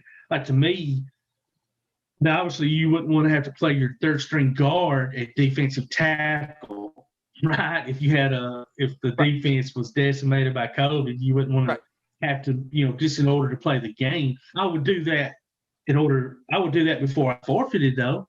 Right. I mean, as a coach, I'd be like, hell yeah, I know you're the guard, but you're fixing to play defensive tackle, dude. It's just what we got to do. But, so they haven't really talked about what constitutes an outbreak, but they also haven't said what happens say a team has to forfeit because there's an outbreak, but in this case, all the players that tested positive are vaccinated. That's happening every day. People that have already been vaccinated are still, contracting COVID. So it'd be interesting to see if they make them forfeiting the game is one thing, but forfeiting that paycheck's another. So it'd be interesting to see what the NFL did if, say, there was an outbreak, say for the Jets, they had to forfeit. Right. All the players were vaccinated. Are you still going to take these guys' money away from them? I mean, that wouldn't be right either because they've done what you've asked them to do. They got the vaccine. So I didn't see that in the details of the rules. So I don't know. Yeah, there's just a lot of unknown right now in this situation. Yeah. And until we know all the facts and until we know the official way they're going to implement, if they do implement this policy, until we know the facts, we're not going to know. Steven, you have any thoughts on more on it? Yes. So, okay. In my personal opinion, do I think people need to get the vaccine? Absolutely. Because I would rather have the vaccine, and even if I were to get the virus, the vaccine to me is there for a reason. It's supposed to fight the virus as far as making it, I mean, even if it got bad, because people that have had the virus and have been vaccinated, like some of the musicians that have had it and contracted the virus, they've had the vaccine and they have never been in the hospital on a ventilator so far. Can that happen? Maybe. Hopefully not. But also, to this point, I agree with you guys. The NFL should not be allowing people or should not be forcing people to sit there and say, oh, you have to get this. Excuse me? We live in a free freaking country. This is the United States of America. This is not China. This is the USA. And you are not going to tell me as an American citizen what I am not or what I am going to do. Because if I am forced to do something, if you tell somebody, hey, you better not do that, they're going to do it anyways. If you sit there and tell them, oh, don't go do illegal shit, they're going to do illegal shit because you're telling them not to do it. It's like telling kids, hey, don't do that. If you do that, I'm going to spank your butt. They're still going to do it because they're going to test your patience. And the NFL making these rules, oh, you have to get vaccinated. You need to get vaccinated. Okay, you can sit there and tell me, yes, I need to get vaccinated because maybe it'll make the situation better if I did get the virus, but you're not going to force me to get the shot if I don't feel comfortable getting the shot. If I was one of those people that say, hey, I don't feel comfortable. Do you see people demanding you get the flu shot? No. I don't get the flu shot. I don't get the flu shot because it's my choice. Now, when I have gotten the flu shot before, I've never gotten sick. But even if you get the flu shot, you can still get sick. Just like if you get the COVID vaccine. Shocker, shocker, people, you can still get sick from the virus. Even if you are vaccinated, it can happen. You can't predict this shit. If it's going to happen, it's going to happen. And actually, the vaccine is not to prevent you from getting it. It's only supposed to help with the symptoms if you do get it again. Exactly. It's to protect. It's to protect you. If you don't want to take it, I've said this a million times on this show too. It is not a cure. It is not an antidote. It is a vaccine. It helps lessen the symptoms and the effects of a virus. not cure it completely. So Right. Ricky Rocket came down with COVID, the drummer from Poison. Yeah. He was vaccinated completely and still got the virus, but he didn't end up in the hospital. Yeah, it felt like crap, but he had the vaccine. There was a vaccine, in my opinion, out there for a reason, because a vaccine is to help you. It's not to cure you. That is not a possibility. That's not going to happen. You have to understand this, because you still got to be safe no matter what. If you get still the have vaccine to or be not. safe. If somebody was sitting there telling me, oh, yeah, if I got the flu shot and I was at a bar and somebody had the flu, well, I know, oh shit, I'm screwed, because the possibility of me getting the flu just increased because I came into contact with somebody. I was at a gig one time. One of my buddies was playing with his band, and I was in contact with him, and he was like, "Oh, I had the stomach virus, 24-hour bug." I was like, "Oh shit, I think I'm fixing to get that." Ta-da! Monday, I had the 24-hour virus a couple of days before Christmas in 2017. I mean, that's just the way it is. That's the way it goes. And I'm sorry. I understand what the NFL wants. I understand that the NFL wants its players. They want the players to be fully vaccinated. I understand that. But you're not going to force anybody, no matter if they make a crap ton of money or they're piss poor on the freaking street in Chicago or wherever. You're not going to force anybody to do something that they don't want to do, because we live in America. This is supposed to be a freedom of speech, a freedom of choice country. You're not going to force society to do something they don't want to do. And I'm sick and tired of the way people think that, oh, I'm going to force my agenda, my opinion, and everything down people's throats. I'm sick of that bullshit. Tell us how you feel, Steven. I mean, I mean, Roger Goodell, we can't. Roger Goodell, we can't stand him anyways. I mean, we do love to hate him because come on, it's kind of like wrestling. We love to hate the heel, anyways. Yeah. But you're not going to sit there and force any athlete to do something they don't want to do. If they don't feel comfortable getting the vaccine, then that's their opinion. That's their choice. I understand, because if I'm not mistaken, wasn't there a wrestler? Wasn't there some residents of Japan that took a vaccine shot and had a symptom from, or a side effect from it, or something like that? Actually, yes. New Japan Wrestling star, former IWGP World Heavyweight Champion Kota Ibushi, actually took the vaccine and actually suffered. Is actually now has aspiration pneumonia because of side effects from the virus, or side effects from the vaccination, which has happened. It's one of the few rare cases where somebody got pretty sick from it. And it is rare, but there's been cases of paralysis, death, and other things as well. It's rare. It's also very dependent. It is rare, but it's also dependent on a lot of different factors. Exactly. Exactly. What your body's made up. Not everybody can take that stuff. No, because some people compromise immune systems, allergic reactions, pre-existing health conditions. Correct. Things like that could be like, a lot of vaccines are made with egg products. There's people who are allergic to eggs. They can't have it. Right. Exactly. So, come on. Well, do you know why when you go to the doctor and they ask you if you're allergic to latex, anytime? Because the latex byproduct is in there. Exactly. Right. It's not because they're wearing latex gloves and they're touching you. It's because it's not latex a complicated gig, people. Yeah. Yeah. But come on. If I was allergic to something and they said, "Oh, this is a product that contains this," are you allergic to it? Yes, I'm not going to take it. Why the fuck would I take something that I'm allergic to something? Come on, give me a break. Yeah. I mean, come on. This is mind-boggling to me. I mean, they're forcing the stuff. I mean, again, we keep saying this. Get the vaccine, in our opinions, because a lot of us think that people should get the vaccine because it will lessen the damage if you get the virus. But you're not out of the woods. You can still get it. But here's the thing, though. You talk about being allergic to something and not get, you don't get the virus. Good thing there isn't a virus good thing there isn't a vaccination for an NFL championship. I'm a Bears fan. I'm definitely allergic to that.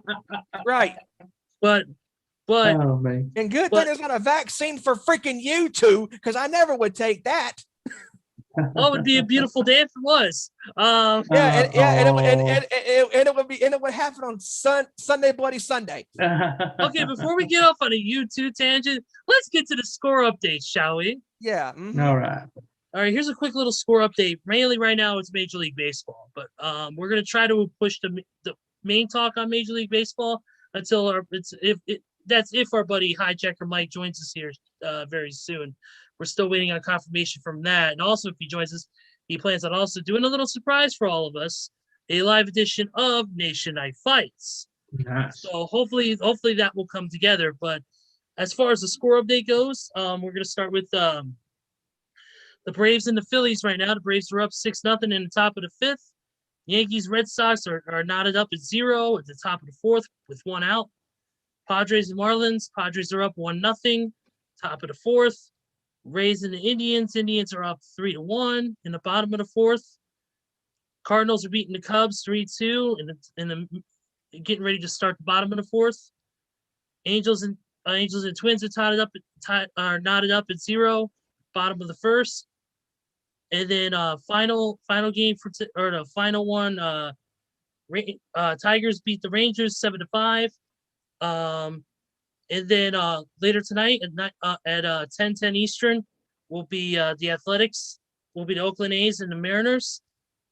And then the Giants and the Dodgers.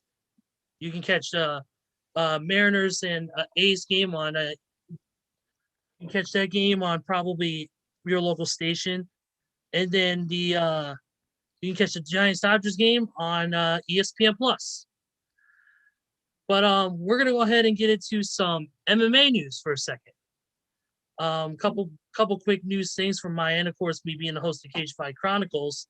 First thing we're gonna talk about is the return of Miesha Tate. Miesha Tate, who of course is one of the hosts of MMA Tonight on SiriusXM, no free ads. She's on there. She came back after nearly 5 years gone, and won against Marion Renault in the third round TKO. So she looked really good, looked really fresh, almost like she hadn't lost a step. It's good to see her back in action after a long time. She looked crisp, striking looked crisp. Her ground game looked great. She looked as good as she's ever been. So hopefully this is another run for the title, another run to the title for her eventually. Which would be great. That would be so good to see her have that opportunity again. Yeah, absolutely. She's one of the best women's MMA fighters ever. To me, she kind of was the start of the women's still kind of, right at the beginning of the popularity of it anyway. If you remember in Elite XC and Strikeforce, there were three main women in that organization: Chris Cyborg Santos, Gina Carano, and Miesha Tate. Yeah. And yeah, all three bad women. And Kat Zingano as well. Yeah, I forgot about Kat Zingano. But yeah, those 4 women just killed it. But I'm excited to see where it goes for her.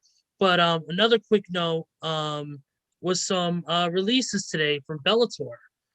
Following Bellator 262, couple fighters, Adil Benjelani, who I don't know who he is, unfortunately, and Ronnie Marks, who I believe was in the UFC at one point. Both of those guys were released.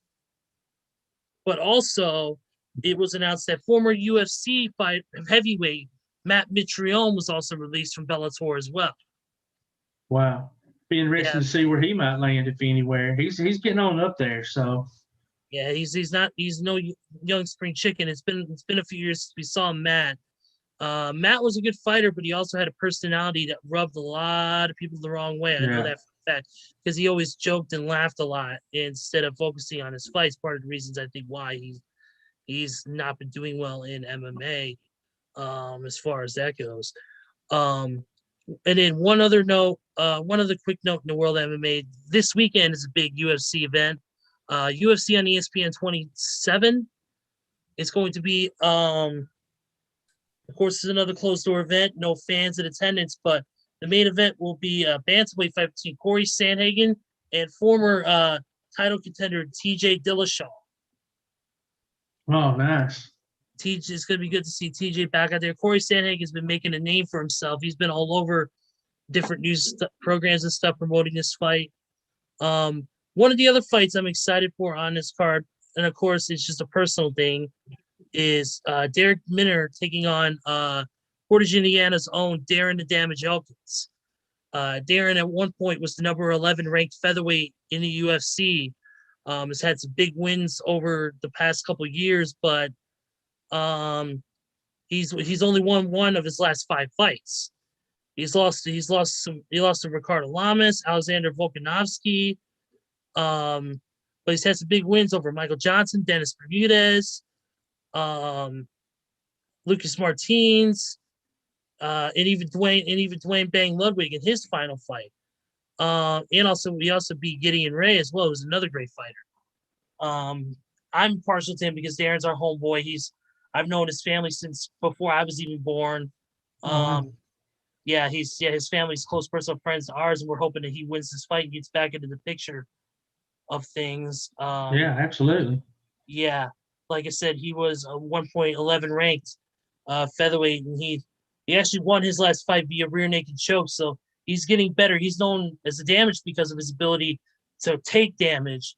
He kind of reminds you of a Chris Lieben or a Korean Zombie, where he's more of a striker.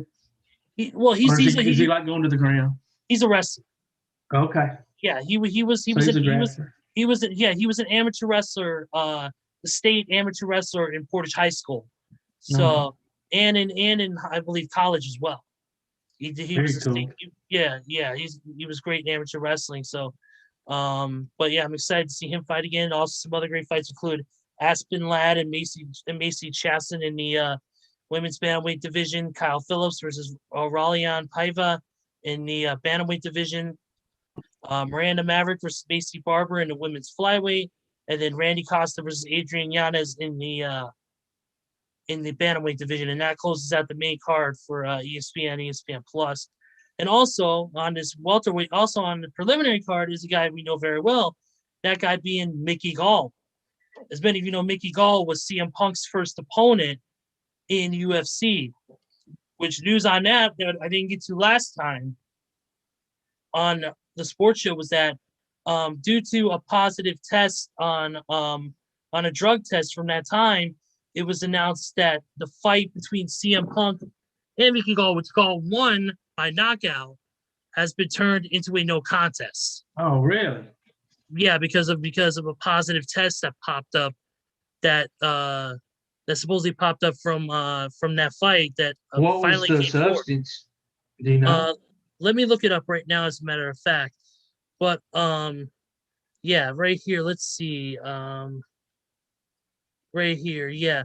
Originally it was a win, but they overturned it from what I've heard. So okay. Yeah. Gotcha. I had not seen that. I know, Steven, you were rather silent the past couple of conversations, man. Yep. I have been talking to a fellow Milwaukee Bucks fan that is going to be joining us here in a few minutes. Oh, God, help us all. That's me being a Bulls fan. I'm sorry. My bad. But yeah, this is Steven, I want to get your thoughts on the return of Miesha Tate, since we didn't get to hear what you said about it. Let me ask you this real quick, Steven, for you. Is this a pay-per-view or is this a freebie for us fans? This will be on ESPN. Okay, sweet. But Miesha Tate, man, she was awesome in her return. She was awesome. She surprisingly awesome. Yeah. Yeah, she is not lost a step. She is back, and you can tell she's been working hard, training hard, all that good stuff. Yeah, she is back. Woo! I'm so happy. Yeah, and I was just telling him that about, it's been 5 months since the last time or 5 years since the last time we saw Miesha before that fight. So it's to see her back in action, to see her looking as good as she did in that fight, seemingly not having any sort of cage rust from the time away. It's pretty remarkable because, like we always say about fighters, pro wrestling, it's different from training versus getting in the ring or cage and doing it. Yeah. It's a whole And different. her being 34 years old, I mean, she's not a child anymore, but she's. I think that's a prime age, especially for a woman UFC fighter. Yeah, it's probably the strongest she's ever been, and she's always been athletic. But and plus, now she's got a lot of fights under her belt, so she's got all that different knowledge, fighting different styles, and she's primed to be able to hopefully get another championship. Okay, here I found the drug that overturned that fight between CM Punk and Mickey Gall, and that was THC. Wow. Which in many athletic commissions is unfortunately still a banned substance. Interesting. That's that's not worth overturning. It certainly didn't help him win the fight. I mean, that's for sure. Might help with recovery during training or something like that, obviously. But but unfortunately, it's not like he did a line of coke before he got in the ring. Yeah. Unfortunately, though, athletic commissions have the right to dictate their own policies on marijuana, unfortunately, and most athletic commissions see it as a banned substance because of the certain psychological effects and sluggishness, and they want fighters when they get in the ring to be at 100% without those issues. And not saying it's bad or anything, but it's a matter of it affects different people different ways, and I don't want to get into a big discussion on it. No, I just think they take it because it helps probably with recovery after a training cycle or session, and obviously they all know it's against the rules, and he probably felt like he had gotten it out of his system, obviously right before the testing period, but he was wrong. Yep. Yeah. Yep. Yeah, absolutely. One other quick note. I know if he joins us, Hijacker will probably touch on this, but I want to get it out there right now, and that is involving a man we know in the fight game very well, and that is Oscar De La Hoya. Absolutely. It was announced that Oscar De La Hoya will be in a sanctioned fight, not an exhibition, but an actual sanctioned boxing match against UFC legend, the Phenom, Vitor Belfort. Nice. And of course, awesome. And of course, this will be held by Triller, which of course is known for the Logan Paul fight with Floyd Money Mayweather. Yay! The fight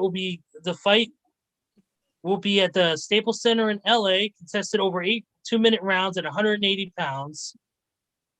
And it says that both can weigh 5 pounds, or can weigh within 5 pounds of the limit. As far as the date goes, September 11th will be the date of the fight between De La Hoya and Belfort. So this is another one that's going to be interesting. While De La Hoya has been out of the game for a number of years, he's still a legend in the sport. One of the most legendary boxers and promoters. And then you've got Vitor Belfort, who is known for his deadly striking and deadly game. But here's the thing. I keep mentioning this, and this is going to be an ongoing theme throughout every one of these fucking fights that Triller promotes. It is a different ball game when you're an MMA fighter against a boxer. Exactly. If you're not a Nick Diaz, who trains in pure boxing 99% of the time, but also has a black belt in Brazilian Jiu-Jitsu, but is mainly a boxer, you're not going to do well because of the reflexes you have to stop in your mind to keep, because you got the Vitor Belfort's used to taking people to the ground, throwing kicks, throwing knees. This is the same thing I talked about with Anderson Silva. That you can be as athletic as you want to be. You can have, but it's going to be hard to control those reflexes like that in a boxing match where you can't throw kicks, you can't throw knees, right. You can't take your opponent to the ground, you can't throw elbows. You can only throw hands, and that's it. Yeah. So it's going to be interesting to see how Belfort reacts to not being able to use those other weapons of his, because I know how dangerous Vitor is. Ooh. From he's to me one of the best fighters UFC ever had, and one of the most dangerous. Yeah. But you're so right, because it's your natural instinct as an MMA fighter to want to take somebody to the ground or choke them out or whatever. So you're right. That's going to be a constant thought, and probably in the back of his mind is, hey, I got to stand up fight. I would love to see some of these boxers get in the octagon if they want to prove their worth. Like it's so as having to stand up and box versus the other way. But no, you guys are on to something when it comes to this. MMA and boxing, even though they are combat sports, are totally two different fighting styles. Definitely. We're going to go ahead and move forward, and we're going to go straight into baseball. I know we were kind of waiting for our boy Hijacker to get here, but I know he'll join us eventually when he gets time. But we do have some breaking news that I want to get into right now that was just reported, and that is that Nelson Cruz of the Minnesota Twins has been traded to the Tampa Bay Rays. Generation. There she is. Well, we're going to hold up because we got a Minnesota Milwaukee Bucks fan in the house, baby. Yes. Can you hear me okay? Yes, Amanda. Loud and clear. Welcome, Amanda, to our Nation Sports Show. Thanks. I didn't even have my Buck shirt on today. Oh, wow. But I've been thinking, I'm like, you know what? We were talking about the finals earlier tonight. I figured we bring on a fellow Milwaukee Bucks fan, a diehard Milwaukee sports fan, because she is a Green Bay Packers fan as well. So, yeah. So I know we were fixing to get the baseball, but let's talk about these last two. This series. Hell, this series. I mean, you are a Milwaukee fan through and through, all the struggles and all this stuff. So when this series was going on, especially the last three games, Game 4 was a nail biter. Game 5 was insane in the last 2 minutes of that fourth quarter. And Game 6 was just amazing. I mean, just talk about that as a fan, experiencing this finals this year, because it was one hell of a series.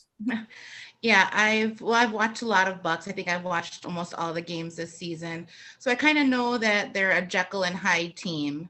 You never know who's going to show up for the game. So, I was really hoping that we'd get, the team that's playing well together and not doing weird things. But, and I knew that being down 0-2, it wasn't necessarily a death sentence because they came back from the series with the Nets.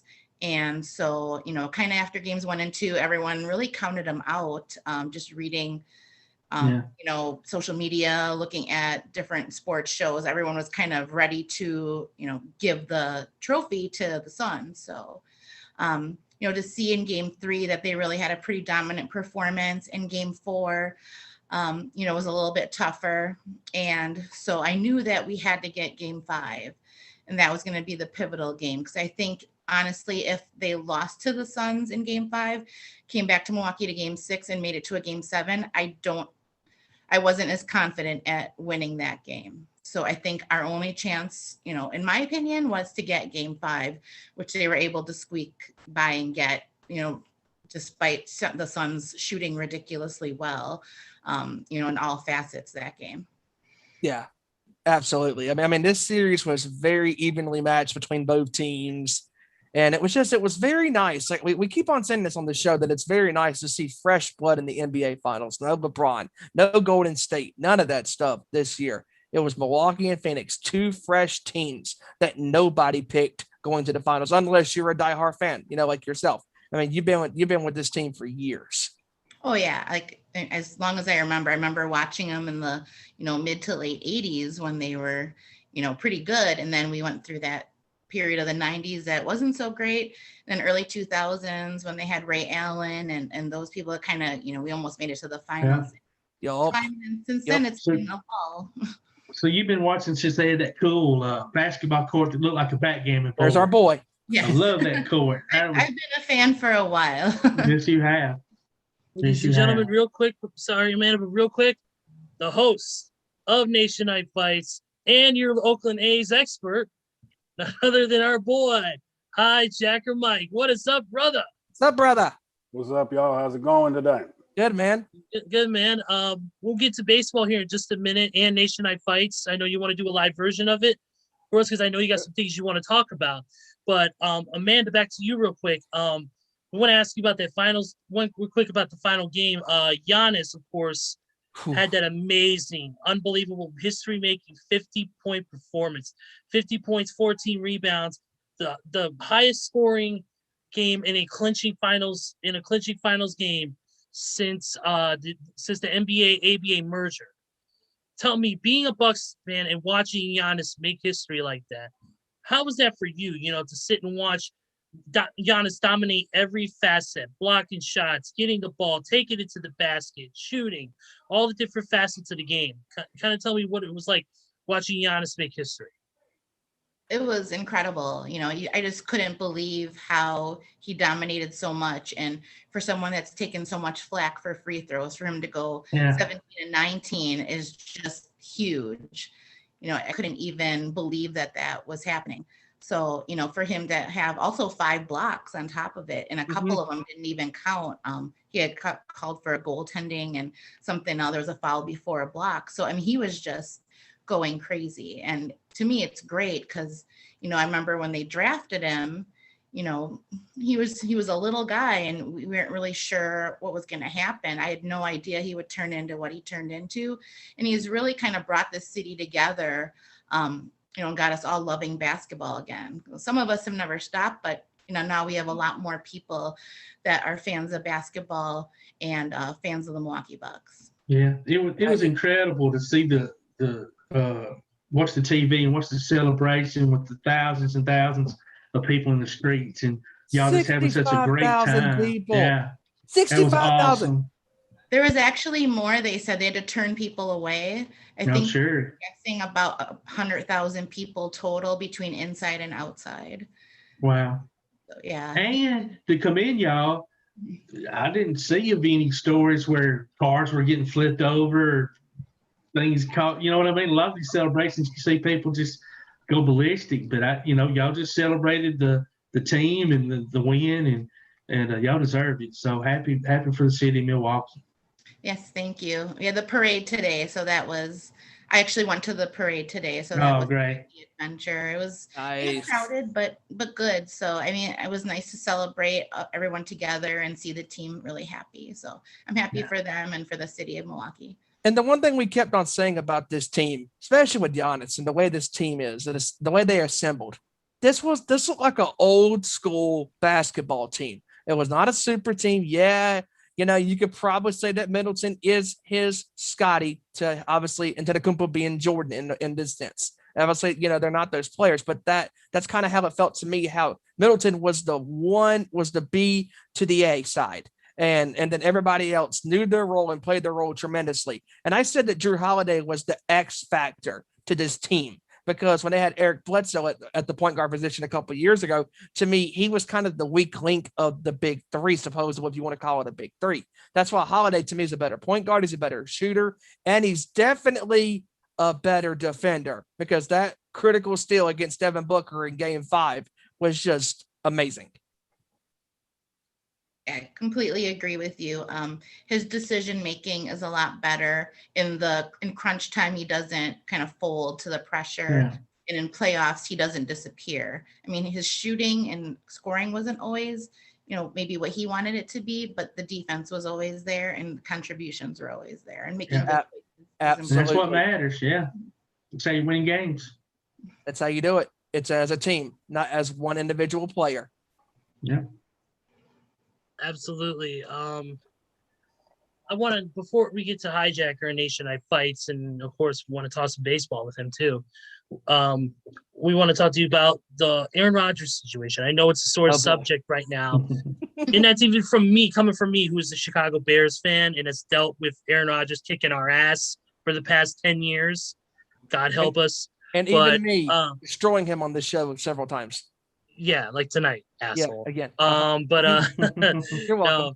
But we want to get your opinion on this whole situation with the Aaron being mad at the management for maybe not getting his input on things like the hiring of Matt LaFleur, the hiring of the backup quarterback, things like that, and then announcing the other day that he declined a 2-year extension, which would have made him the highest paid player in the entire NFL. Yeah, it's definitely very, we're very conflicted here in Wisconsin. He's kind of been Wisconsin's darling, Wisconsin's sweetheart for a very long time. We've been very fortunate here to, in the last 30 years, we've had 2 quarterbacks. It's kind of unheard of. So, we've definitely been behind him. And so with all of this coming out, it's been very difficult because, he's done so much for the team. He's so good, but at the same time, it's, we don't know what's happening. And I think that's part of the problem is he's so quiet about this. We don't know anything, what's going on, tell us where things are at, and we don't know. So all we can do is listen to speculation. Well, it's a bunch of people just trying to guess what he's thinking, and no one really knows. So it's difficult because we don't know, the season's going to be starting before we know it. And we don't know if we have a quarterback. Are we going to have Jordan Love? It's just really difficult for, being a fan. And I'm sure it's really difficult for the team not knowing what's happening. Yeah. And absolutely, I agree. It's when all you're hearing is what other people are telling you guys, and I no disrespect to guys like Adam Schefter and Jay Glazer, who are the guys who know a lot of this information better than most people do. But when even the team, whenever your players don't even know what's going on, and and I understand Aaron Rodgers wants to keep this under wraps, and I get that he doesn't want this getting out to the public too much. He wants to handle this internally, but also by handling it internally, you're keeping your fellow players, you're keeping other people that care about you in the dark, and they don't know what's going on. Like there's rumors all the time about Rodgers wanting to retire and do this and that, or go to another team. And, and we've heard things like Green Bay Packers have said that they will not take trade offers and that Aaron wants out and all this different stuff. But we don't know. We've never heard really any statements from him about the situation. And that's something that is a very telling thing in this whole the whole saga of Rodgers and the Packers, and why he's just, why it's, these stories there's been a lot of mixed messaging with it. Yeah, and it's going to affect, the team as a whole. We know that Devonta Adams is, I believe, in the last year of his contract, and I think whatever happens with Aaron Rodgers is going to affect him, and he's such a huge player that, we don't want to lose him in Green Bay. But obviously, if this quarterback thing continues and Aaron Rodgers doesn't play here, that's probably definitely going to play into his decision making. And, it's kind of sad that, we don't know. We're kind of in limbo. So I just wish we would know one way or the other. That way we can either move on or, get back behind the Packers, Aaron Rodgers. As a fan, do you feel like the team and management is doing right by Aaron as far as the contract they offered and extension? And, he'd have been the highest paid player and he'd have been 43 before the contract ran out.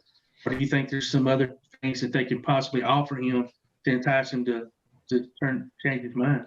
I mean, I think they're definitely trying something, but with us not knowing what exactly the problem is, that, if it's something else that is the issue and they're just offering more money in another contract, well, that's not really helping whatever the situation is. Sure. So, I mean, then maybe that's their way to save face, like, hey, we're trying to do something to keep him, but in actuality, maybe they're not actually addressing the issue. Yeah. Right. Definitely. Ash, Amanda, we want to thank you for joining us here with this discussion. Do you mind sticking around for the remainder of the show? Oh, no, that's fine. Absolutely. And we're glad to have you, and jump in. Thank you definitely for your insight on not only the Aaron Rodgers situation, but also the Bucs finally getting a title after so long. We appreciate it. Definitely. Hi, Jack. The man of the hour, man. Too sweet to be sour. Dude, going on, it's Nationwide Fights time, brother. The floor is yours. What's going on? Yeah. If you guys took a look at this past weekend, we had kind of a super fight on our hands with Brian Castellano and Jermell Charlo. Yep. Now, this fight was Charlo's to have. They were tuning him up before his next fight. I forget who they were. I'm at to look it up and see who they were going to have him go up against. But this was his toughest fight to this day. They both got a split decision in this 12-round event last Saturday night. As most of you probably seen me on after Slammiversary, I was fighting, and Mongrovian came out and said, something's wrong with Hijacker, but I was doing what my grandfather did, rest his soul, all over these years, watching good boxing. We sit there and fight the air. So, but during this fight, these two guys were going back and forth. The scorecards by the three judges had it at 114, 113. So you got 1 point for Castellano. The other judge had it 114 even. Now, the final judge, Vasquez, had the fight 117, 111. That had a lot of people in an uproar, and that one was for Charlo. And a lot of people think he did not win that fight. A lot of people think that Castellano beat him in 2 or 3 more rounds than he was given. Me watching the fight, I believe it was split in half, 6-6. That's my personal opinion just from watching the fight. Yeah, because Hijacker during the fight was like, come on, you got to get this round, because if you don't, it's gonna be considered a draw. Man, that is such a huge discrepancy in between judges scoring. I mean, it's like, what did you say versus the other two guys? 17, 111?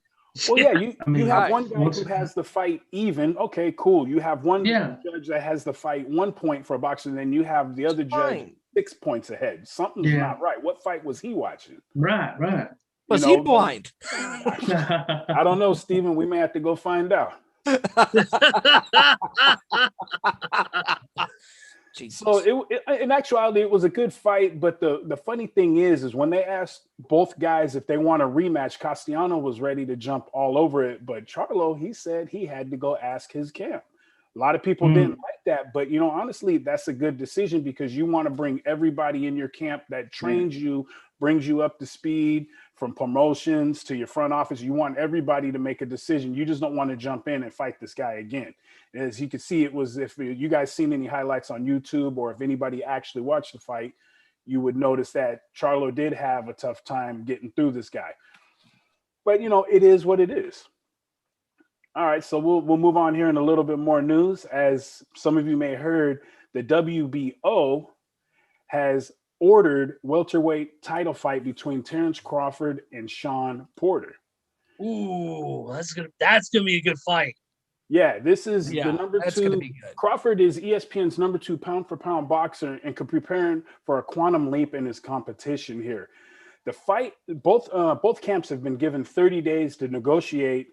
And if not, then the WBO will take charge and either strip him of his title or force them to set a date on their own will for this fight. So we'll be in the coming month finding out if this fight, when and where it will take place.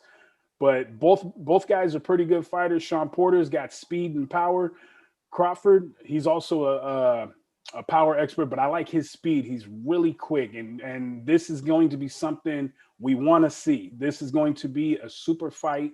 This will be worth the $50, whatever you pay on the pay-per-view, whatever card they may throw this on. I'm not sure this is going to be a show box or a HBO fight. I believe this will be a solid pay-per-view. So that's something to be on the lookout for. Yeah. Once again, back in the news is our friend Logan Paul. He has made comments. He wants Mike Tyson, and he has bet he would beat Tyson in a fight. Yeah. This. I would like to see that just for him getting obliterated because Tyson would kill him. There's people in Tyson's camp come out and saying even Tyson at 55 would chew up Paul and spit him out. 55 versus what is Logan, like 22, 23 years old? I'm not sure exactly his age, but I'm not a fan of him or his brother. Like I said, Steven, they can go back and dress up as Mario and Luigi for all I care. And Here we go. And on other news, we have, for finalizing this September 18th fight, we have Canelo Alvarez and Caleb Plant to unify the undisputed super middleweight title. This is another fight, just like Crawford and Porter, that is a must-see between these two. These two are both heavy hitters in their division, and this is another fight we'll be waiting to see out of Las Vegas when it pops up in possibly September, because they haven't signed it yet, but it's still on the table, but it will happen. And in my final notes, Let's see. I guess that's it. I guess that's it for right now. I can wrap it up. Actually, What you got? there is one boxing note I wanted to bring up, and that is the announcement of a Triller is at it again. This time, September 11th. Vitor Belfort versus Oscar De La Hoya. That's right. They did finally set a fight. Now, I don't think that was who he was originally wanting to fight, but he just wanted a payday after, Tyson and Roy Jones Jr. came out and started putting on exhibition fights.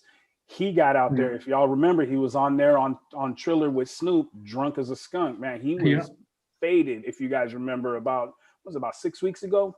Yeah. It was about 6 weeks ago or so. He was on there. Oscar De La Hoya was a fool. So I'll be looking forward to seeing him back in the ring. All these legends and past contenders want to jump back in and get this payday. So it'll be fun to see. Yeah. Dude, not only that, they announced that this will not be an exhibition fight. No? This will be a sanctioned 8-round fight, 2-minute rounds. 2-minute rounds. Okay, so they're gonna hit hard as they can for 2 minutes. And how many rounds? The typical 3. 8. 8. Okay. Yep, 8 2-minute rounds. That's where that fight's gonna go.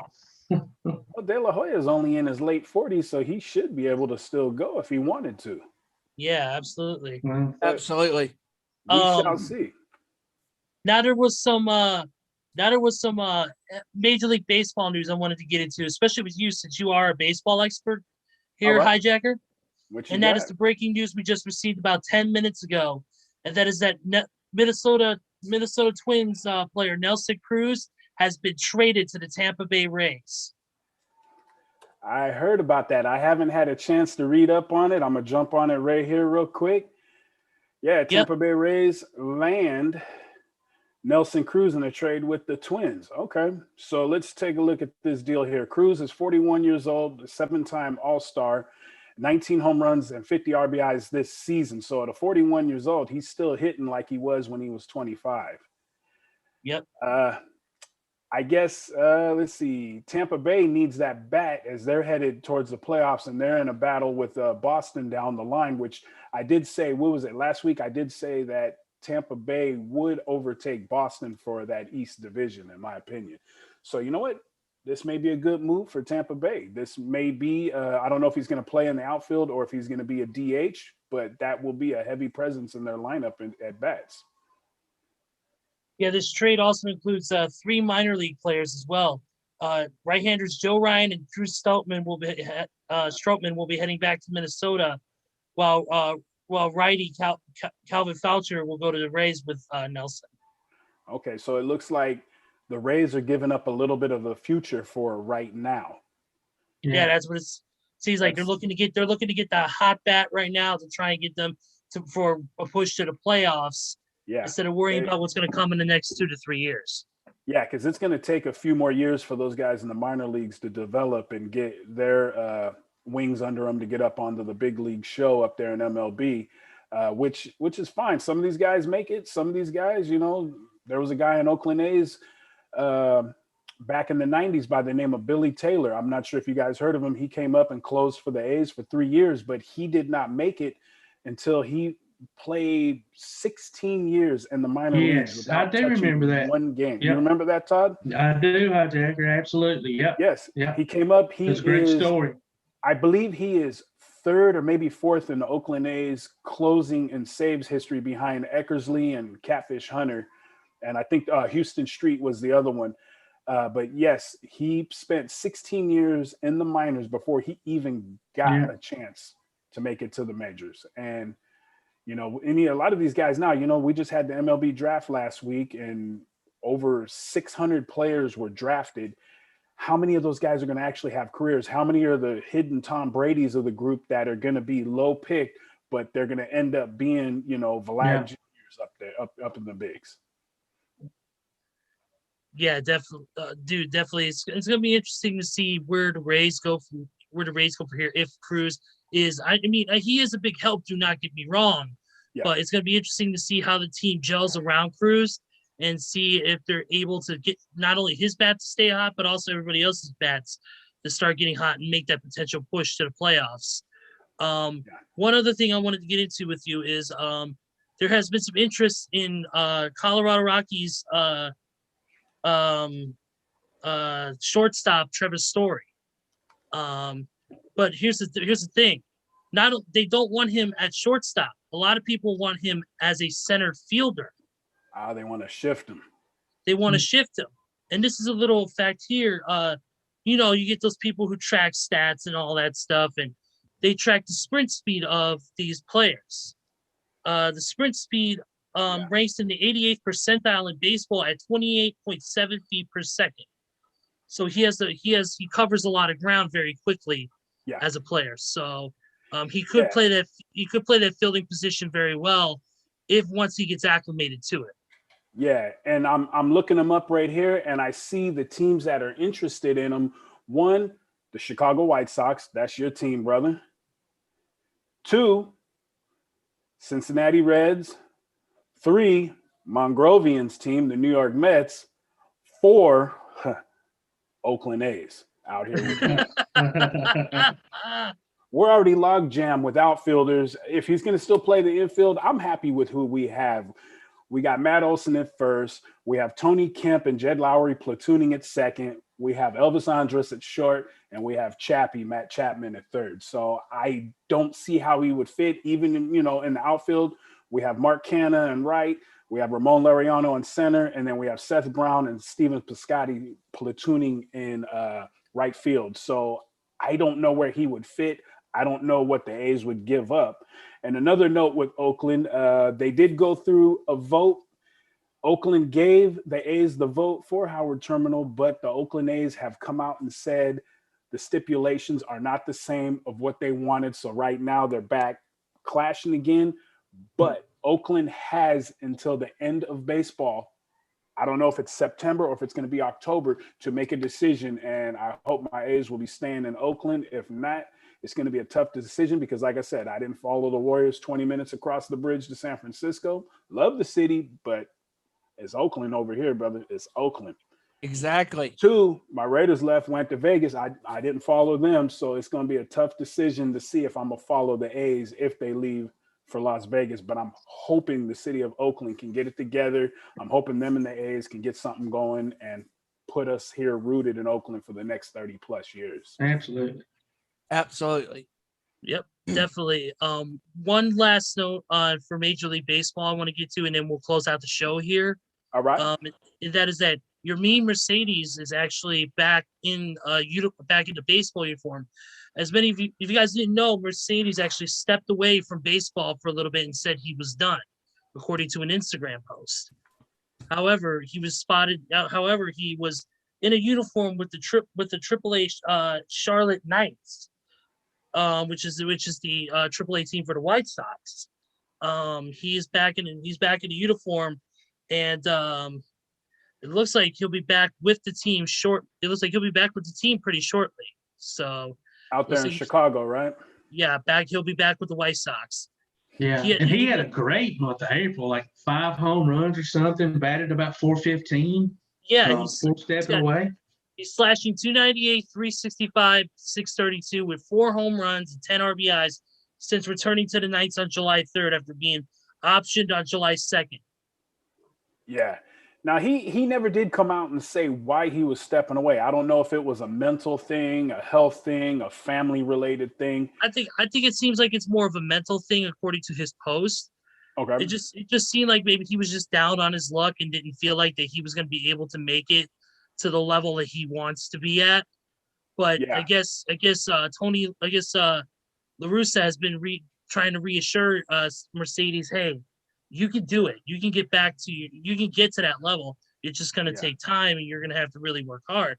So I think he heard that in a sense and is now working his way back, and hopefully he'll be back on the roster very shortly from what it's looking like. Yeah. Well, Tony, that's the homie. He spent all these years out here in Oakland. The dude's a good dude. Now, I don't agree with his extracurricular he did before Chicago brought him in. But, the guy has baseball knowledge. I believe to me right now, I feel he's like an Al Davis before Al Davis had passed away owning the Raiders. Right. Baseball, may have passed him by, because when he found out that, hey, Extra Innings has a runner at second right now during COVID and this season before we go back to regular next year, he was like, what the hell is the guy on second for? When did this happen? It's like, Tony, wake up, brother. It's 2020, now 2021. Yeah. We have to wake up. But the man's almost, in his 80s, and it's like he should be at home relaxing, living the good life.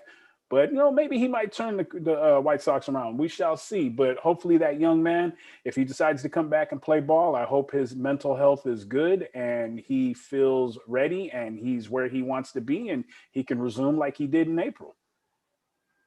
Definitely. Absolutely. I agree 1,000% on that. I hope we can get Mercedes back and continue the hot streak that he left off on. But I believe after that is it for the show, man.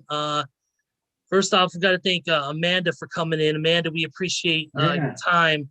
Thank you for coming in to talk about the Milwaukee Bucks championship, the Aaron Rodgers saga, and joining us for the last little bit of the show. We deeply appreciate your time, and thank you. Thanks for having me. No problem. No problem. And Hijacker, of course, my brother, you can stick around with us. You can too while we close out the show. Sure. Hijacker, once again, thank you very much, and thank you for delivering a live edition of Nation Night Fights. This was awesome to have back, even for right now. This is a nice little taste of what's to come. Oh yeah, it'll get back at it, brother. Oh yeah. Quickly, final thoughts for me before we get to the rest of the hosts. Great show tonight, guys. What a great end to the show with you two joining us, and then of course, long, great discussions about everything in the world of sports. Definitely busy week after the championship win for the Bucks, and just overall the different topics we covered in MMA and boxing and everything in between. Can't wait. And next week should be, as we're getting closer to the football season, it should be very interesting to see what comes up. And we're also going to we're in the second half of baseball, so things are going to get really, really crazy.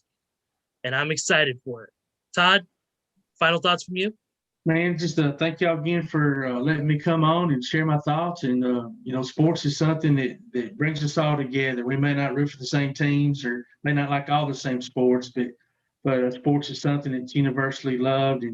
And a great conversation with all y'all. Amanda, thanks for coming on and sharing your thoughts on and congratulations for your city's victory. But y'all join us each week, man.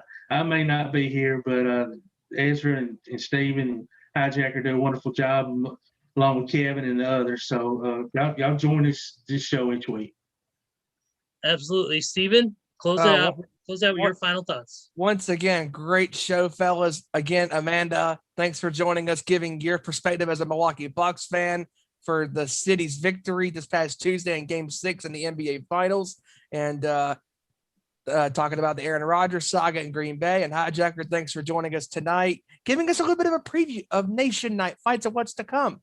And I have to say right here, right now on this show, happy birthday to the best professional wrestler right now walking the face of this planet, La Mera Mera, Thunder Rosa. And congratulations. Happy birthday. Getting signed to AEW. Hey. What a birthday gift for Thunder to be signed to AEW. Congratulations to Thunder from all of us here at our Nation Sports Show. We hope you enjoy today, and once again, congratulations on joining the AEW roster. Yes. And before I forget, you can follow us on Twitter at ON_sports show and on Facebook at Nation Sports Show. That is the new Twitter handles and Facebook handle for the Facebook page of the sports show. And you can also follow the Nation's Corner, twitter.com/Nation's Corner and facebook.com/Nation's Corner. And also subscribe to the YouTube channel, because this Saturday we are back for another action-packed episode talking to you about the world of professional wrestling and what is to come, because we got some good stuff coming up in the wrestling world as well next week. Ezra, close us out, buddy. And the host of the show this week, Hijacker, will be you, Deb, and Tony, correct? Yes, sir. We will be hosting the show Nation's Corner this Saturday night, 7 p.m. Eastern, 4 Pacific. Absolutely. Enjoy it. You guys go see that. Let me tell you, you want to talk about great wrestling discussion shows. To me, the best one out there. I've known these guys for a while. Yeah. They do great every single damn time. And, I'm excited for them to get the show back up and running and killing it every week like they always do. But now for Amanda, for Hijacker, for Roll Tide, and for Stevie Wonder, I am Ezra Vickery, and we will see you all next week for another great edition of our Nation Sports Show. Take care, everybody, and have a good night.